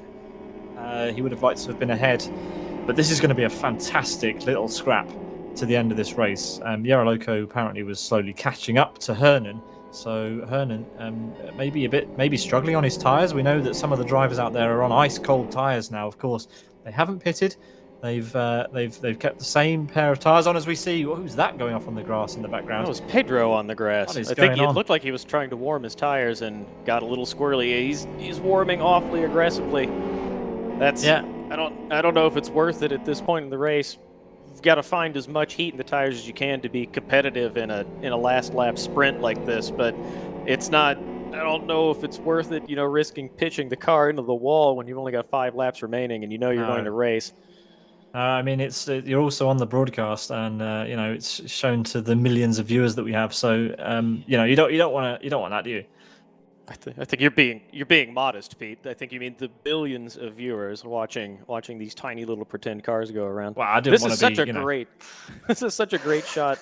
We joked earlier about how the UFRs look a little bit silly next to the rest of the cars, and now we have a line of them sandwiched by bigger saloon cars. Well, the saloon car out in front, and then the XFRs behind. Well, this safety car is celebrating the end of the season once again by drifting around turn 1, and why not? There we are, Etienne driving the FZ5 Master Race Car safety car for today. Oh, is it Michael? I can't. I've lost it. I don't know. I've lost track. I think it's Michael Malik who's driving the safety car at the moment. Fancying a bit of drifting. We've got a few tyres going. What's going on here? Yeah, a bit of bollard murder. For good measure. I think he's showing off for the cameras, Pete. Track ornament destruction. I was hoping you'd drift and hit all those cones at that corner there. I mean, are we allowed to give the safety car direction? Can we get? I don't know if we can give him direction. We can give him a fair ribbing. I think. If there's any drift fans in the audience, just give Michael Malik's driving some scores. Yeah. He will. I'll take a chance here. This is commentator's curse. He's decided to just drive off. He's just driven off. He's just gone. I was going to say this is a prime commentator's curse where he's out drifting in front of the field. I was about to say he'll feel a bit silly if he bends it in front of the race behind him, but he's gone off to give these guys room to restart the race, so I don't think we have to worry about that. Yeah. We're going to have a rolling start again, as is common in the NDR and MRC series, so we're going to have a rolling start, restart again. keep an eye on the XFRs of 136 MPH and Number, and of course Iron Donny, who he's still in the race. We're not sure if he picked up any sort of penalty for the first lap incident, or the first straight incident, should I say, with championship protagonist Gojki, who is out and his championship hopes are over. But anyway, let's keep an eye on those XFRs at the restart. They haven't been that great at restarting so far, and Number is going to have to hope. Leo's gone. He is gone. He's bolted really early. He's happy that the safety car would have cleared. And yeah, he's off. Loco really close as well. This is a great start for him. Oh, Leo's got a bit of a tardy getaway. He's going to be under all sorts of pressure, and this is exactly what he doesn't want in the final 5 laps. Yeah. And here comes Mandula. Green flag, and there's been a car passed. He's going to get done. Herman got a great run there, and I'm sure he felt like he had to go, but he's going to get a penalty for that because he passed before the start-finish line on the restart. There may have been a pass before the line on the restart behind them. Oh, 3 wide, nearly touched there. So I don't know if Herman, I don't know that he knows or he remembers. He might be able to give the position back, but he's committed to it now. His teammates behind him, so he's going to fall back on a technicality. He'll be really frustrated by that. Yeah, he'll be absolutely gutted by that, I would assume. So let's see what he manages to do in this race. But that's just absolutely not what you want to see from a guy who's been leading the race since the beginning. And now it's all changed. It's Mandula who's leading.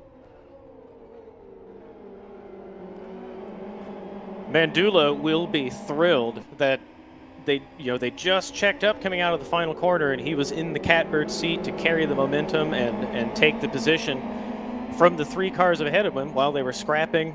He's guaranteed to keep at least one of these spots because Herman's going to fall back on a penalty, and now I don't know that he's quite out of the slipstream. He's got a good gap, 3/10, 4/10. Yeah, this is a disaster for Hernan. I don't know. He will get a penalty. He can't not get a penalty. It's against the rules. They're going to review it. Let's see. He did give it back. It depends what the stewards decide to do. But can Mandula hold Leo for the win of this race? That would be an absolutely crazy turn of events. If Mandula managed to win this. He's had good pace, but Leo has just been that step above Travis. He really has, and this is where consistency pays off. You talked earlier about how he doesn't have the ultimate pace. He doesn't set blinding laps in qualifying. He runs his own race in his own bubble. During these longer events, but he's there when it matters. He stays out of trouble, and it's paid for him today. The drivers ahead of him made mistakes, and now he's gaining time. He's a half-second clear as they touch behind. Yeah, 136 and 136 got really wild, and it's going to be Numbers pounced on the outside. Yeah, I got flashbacks to turn 1 at Hungary where 136 was unsettled in the braking zone for turn 1, but there we go. They're all through. 136 is not having a good day at keeping the car in a straight line on straights, but he's gone for the move, the cut back again on Number, again kicking up dirt.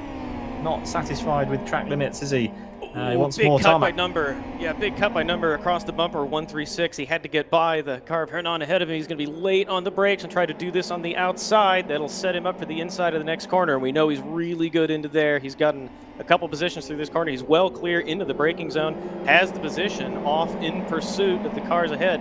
He's been promoted to 5th after being punted off by the car he's now chasing. He's back to where he was and in pursuit of the lead of this race. Yeah, Hernan's not done here. He wants to get this place back at any cost at this point, and I don't blame him. And why not? Yeah, good for Hernan for going for it. He'll be again a little bit down on power up the hill, but he's taken a good slipstream. He pulls out of that slipstream now, and he'll be alongside Number for the hairpin. There's contact. Oh, and this is absolute carnage. Yeah, Number just gave him a bit of a squeeze, and Hernan really didn't have anywhere to go. He braked on the grass, turned into the rear quarter panel of Number, spun him round, and it's down again for Number. It's just bad to worse. Yeah, I think he probably thought he gave Hernan just enough room there because there's room on the outside. The braking zone is kind of on that green pavement, but I think he sent him a little bit over the grass, and Hernan probably didn't expect to be squeezed like that, and they got together. I think that one might be on number a little bit, being a bit aggressive. A little bit. Anyway, we've got a battle for the lead. Leo is trying to get back from get that place back from Mandula. He's passed initially. Can Mandula come back at him? We've seen some absolute racing and drama in this race, and we've got 2 laps to go. This and one more in this race, and it is a brilliant grandstand finish. The way that this series deserved to end, I think, for us viewing and also for the drivers. Hernan's in the pits, so it's just gone really badly. I don't know if he had a flat tire or something. Yeah, it looked like left he got a front puncture. Yeah, he got a puncture when he went sideways. Not surprised. Anyway, here we go. Mandula is throwing everything at this race. Gutted for Furtive Racing's Hernan. That is really a shame. But look at this battle we've got at the front.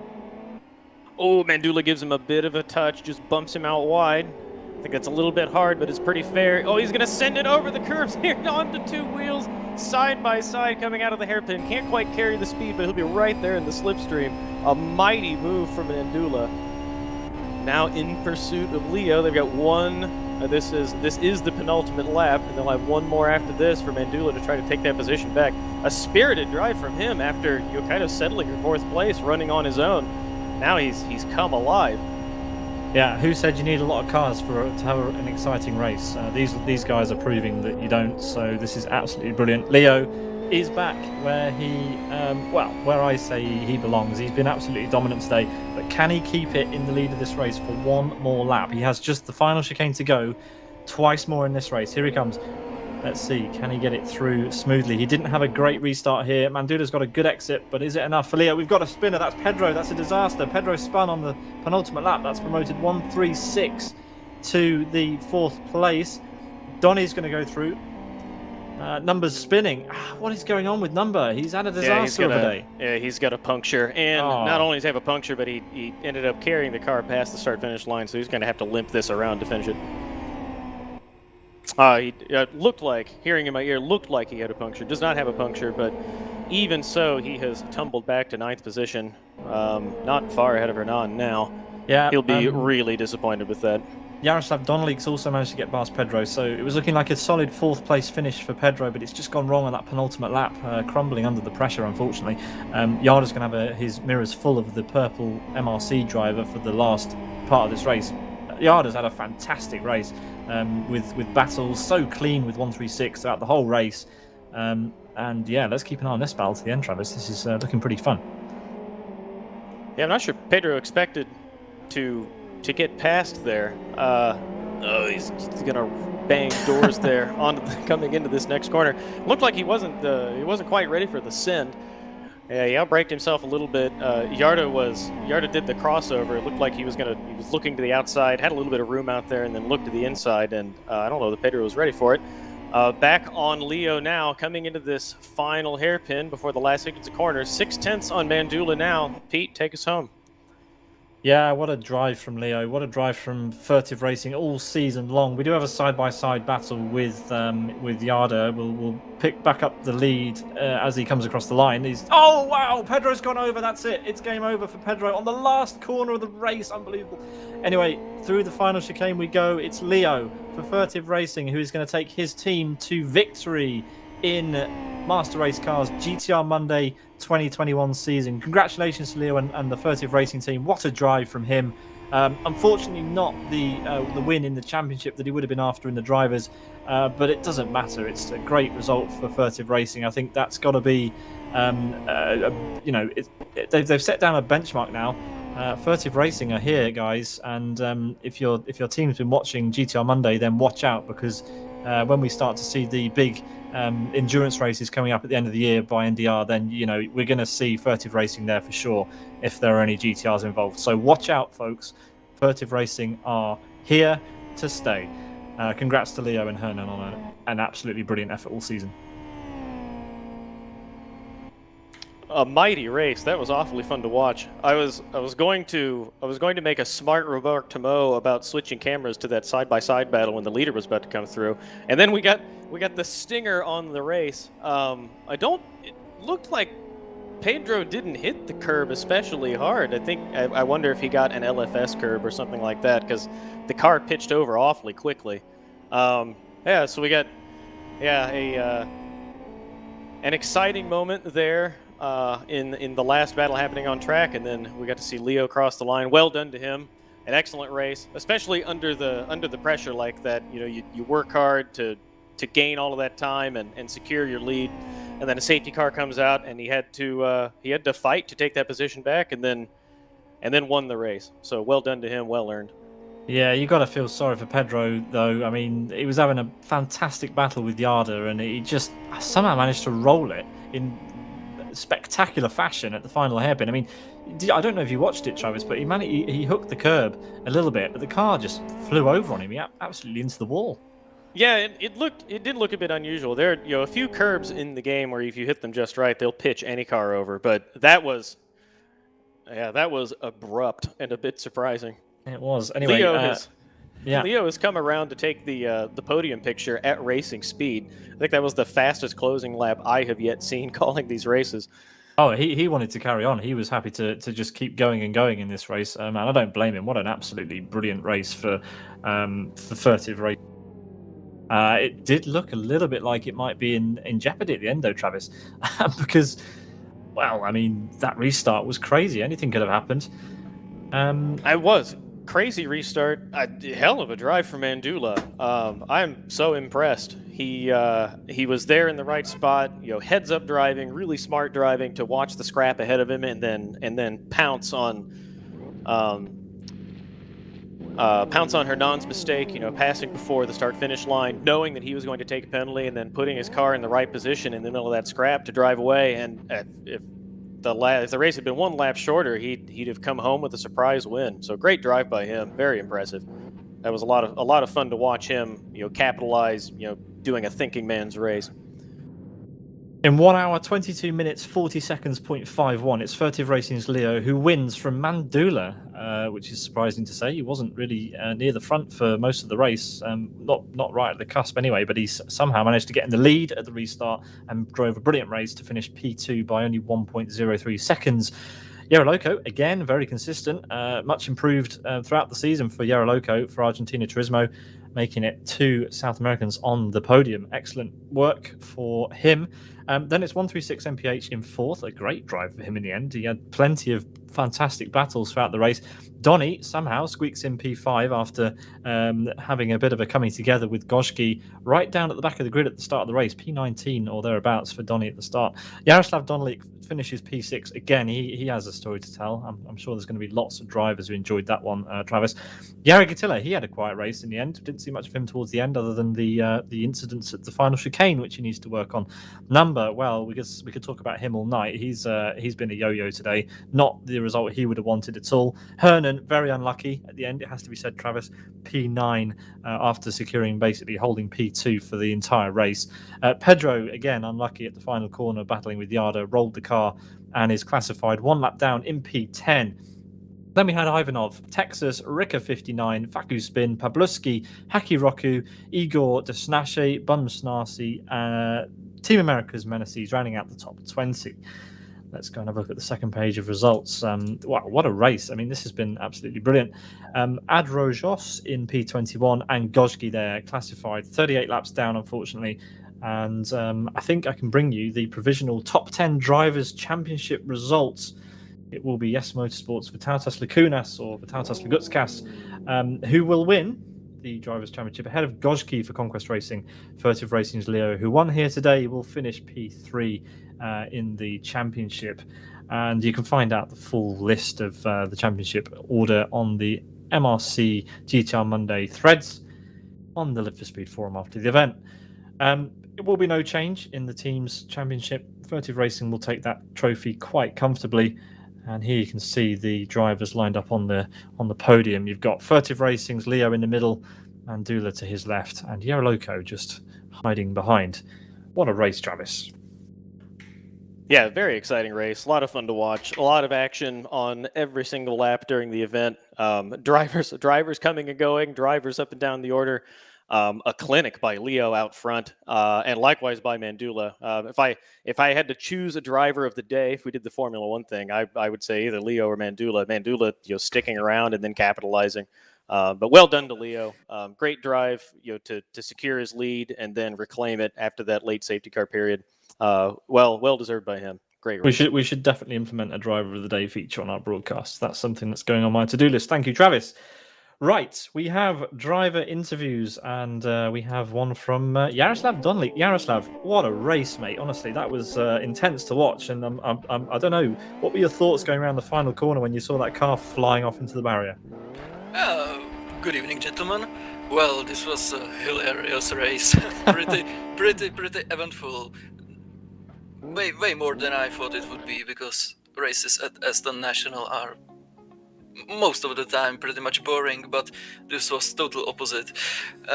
I had many amazing battles with Pedro from MRC, Mandula, Number, and others, and it was quite amazing. To be honest, all of the drivers were driving pretty fair, so it was pretty enjoyable, thanks to all of them.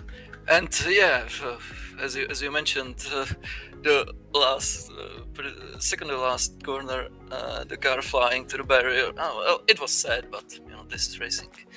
It is racing. Sorry, Travis, I'll just quickly squeak in. You didn't mention 136. You were battling with 136 for a lot of that race. Yeah. Well, it was great. It was amazing. So, yeah, and I wanted to ask you about going side by side into the chicane. That was bold. Moving the race. We thought it would end in tears, and you both came through and kept battling. That was excellent. How was that in the car? Well, in UFR at least, getting around the last chicane, it's pretty tricky already, and side by side with someone, well, it's even more dangerous. But well, we managed to keep going, and I hope it was fun to watch. Oh, very much so. I mean, the last minute safety car certainly helped things, but there was plenty of action in the midfield, thanks to you and a number of other cars. So that was brilliant. I do want to drag in Zdravko Topolniak, number. I don't know if you want to be here, mate. I know I've asked you into the interview room, but give us your thoughts. Was that a good one for you? Did you enjoy the battles that you got involved in? Can I interject to apologize for cursing him? I'm going to take this. I'm going to take this on myself and then let him talk about it. He can't hear anything at the moment. Apparently, he can't hear us talking. So we'll have to come to him later. Oh, hello. Hello, guys. How's it going? Sorry. Yeah, I had a minor problem with me muting my speakers. And not realizing it. I'll repeat my question then. Even though you didn't have necessarily the final result you were after, did you find some solace in that race? Did you enjoy the battles that you did have? I enjoyed I enjoyed the hunt. Would have preferred battles to be with a bit less contact, but yeah, it was good fun. I never raced this car before, and I like the track, so I wanted to give it a try. Felt like safety car might be a good opportunity at the end of race, but yeah, it didn't quite work out, did it? Yeah, it's a shame. Well, we were rooting for you the whole way along. We probably shouldn't have been, as the unbiased commentators that we should be. But anyway, it was good fun watching you. Travis had a lot of fun, especially with your chicane antics and whatnot. So yeah, it was fun from our perspective. So at least there's that. Yeah, I did. I think your speakers were off when I said that I absolutely cursed you. The unbiased, biased commentator's curse. I jumped in singing your praises, and then it kind of went awry for you. But you put on a great show for us, and it was a lot of fun to watch. About the chicane, I kind of had a setup that was really bumpy in there, but didn't have the time to work through it to make it a bit more stable, so just decided to survive with two wheels. I think I counted 9 times, so that's every fourth lap. Well, we only caught a couple of those on stream. On stream. You said you liked the chase. Well, you certainly made it so that you were chasing more people than you would have liked to. You made your way up the field and then decided you wanted to chase more people, so drop back down. Not the afternoon for you, but was certainly fun to watch, and we hope it was fun for you to drive in. What do you make of the GTR Monday series this year? Well, I didn't race all the races. I watched some. It was lots of fun. I really enjoyed the way it's made. I really like the whole safety car, Virtual Safety Car, the whole organization. It's just a level higher than most of the races we have in LFS, and I can just say job well done to the whole team. I know they work hard, and well, the races, I hope they were satisfied with races. The ones that I saw were lots of fun, and the ones that I drove in were also lots of fun. So yeah, I hope they repeat it next year. But for now, I'm kind of happy that it's over, because I think that means F1 will come soon. Well, we will see. We will see. Yada, same question to you, if you don't mind. Well, as Number said pretty much everything. I need to say also that the whole team run by Ricky, they have improved a lot throughout the season. Of course, they got help from NDR, so that also helped them improve. So those guys are working hard, and I am looking forward for another season if it comes, and I hope it will be also a big fun. Ricky from MRC is a guy who loves LFS, and he is doing it well, and I think our community needs people like he is. So yeah, guys, job well done, and thank you. It was a pleasure for me to participate. Yeah, thanks for that, Yardo. I echo those sentiments. I think MLC have done a brilliant job. There's a lot of work that goes into organising these races each year, especially when you have 20 of them on the bounce. And the whole MRC team have done an excellent job, and we're grateful to be a part of the series covering the finale here today. So excellent. Thanks, guys, for joining us in the commentary box. That was great, and giving us an insight into your race. A little bit of a contrast. The Arda enjoying it a lot more than Number in the end. There we are. Great to hear from you both. So we'll see you later in the summer, and hopefully in the autumn for some more series that are coming your way. So, Travis, that's probably just about all we've got time for this evening. But thank you very much for joining me in commentary once again, and I hope you enjoyed your race today. I did. Thanks for having me. Really sorry to Zdeněk. I know he was having some technical trouble, and he intended to do this race. So I'm glad I was able to participate. It's a shame that he had so much trouble. I know he would have done a great job. But I'm really glad to have been here, because this was a lot of fun to watch. It's always a pleasure joining and doing these events with you and everybody else on the Sim Broadcast team. And also, I'd like to echo the sentiments that Yarda and Number shared. The NDR helping MRC. Both of those organizations have done a great job with these events. The Formula One series that I did earlier in the year was a lot of fun to do, and jumping in this event today, they've come a long way. This is really, really fun to watch. It's great racing. It's very well organized. It's been a pleasure. Thanks for having me today. Yeah, you're welcome. I should also give a thanks to Tilo Falkenberg, who's on holiday for the final round. But he's been great in the commentary box all season long. It's been good to have him here doing lead commentary for 5 of the 6 rounds, I believe. We hope you enjoyed it, watching, driving, doing whatever you do to enjoy Live for Speed in 2021. From all of us here, that is all we have time for today. But tomorrow you can join us for round number 16 of the 2021 season of Roni's Tuesday Fun Race. That'll be the 260th RTFR. We hope you can join us for that. Then we've got the Layout Racing League at the weekend, and we have the Wayports Racing League at the weekend as well. So 4 broadcasts this week, Travis. We have a bit of a few of our team are busy this weekend at various real life motorsport events, but we hope to bring you coverage of all those things this weekend in some shape or another. From all of us here at Sim Broadcast, we hope you enjoyed it, and we'll see you next time. Good night.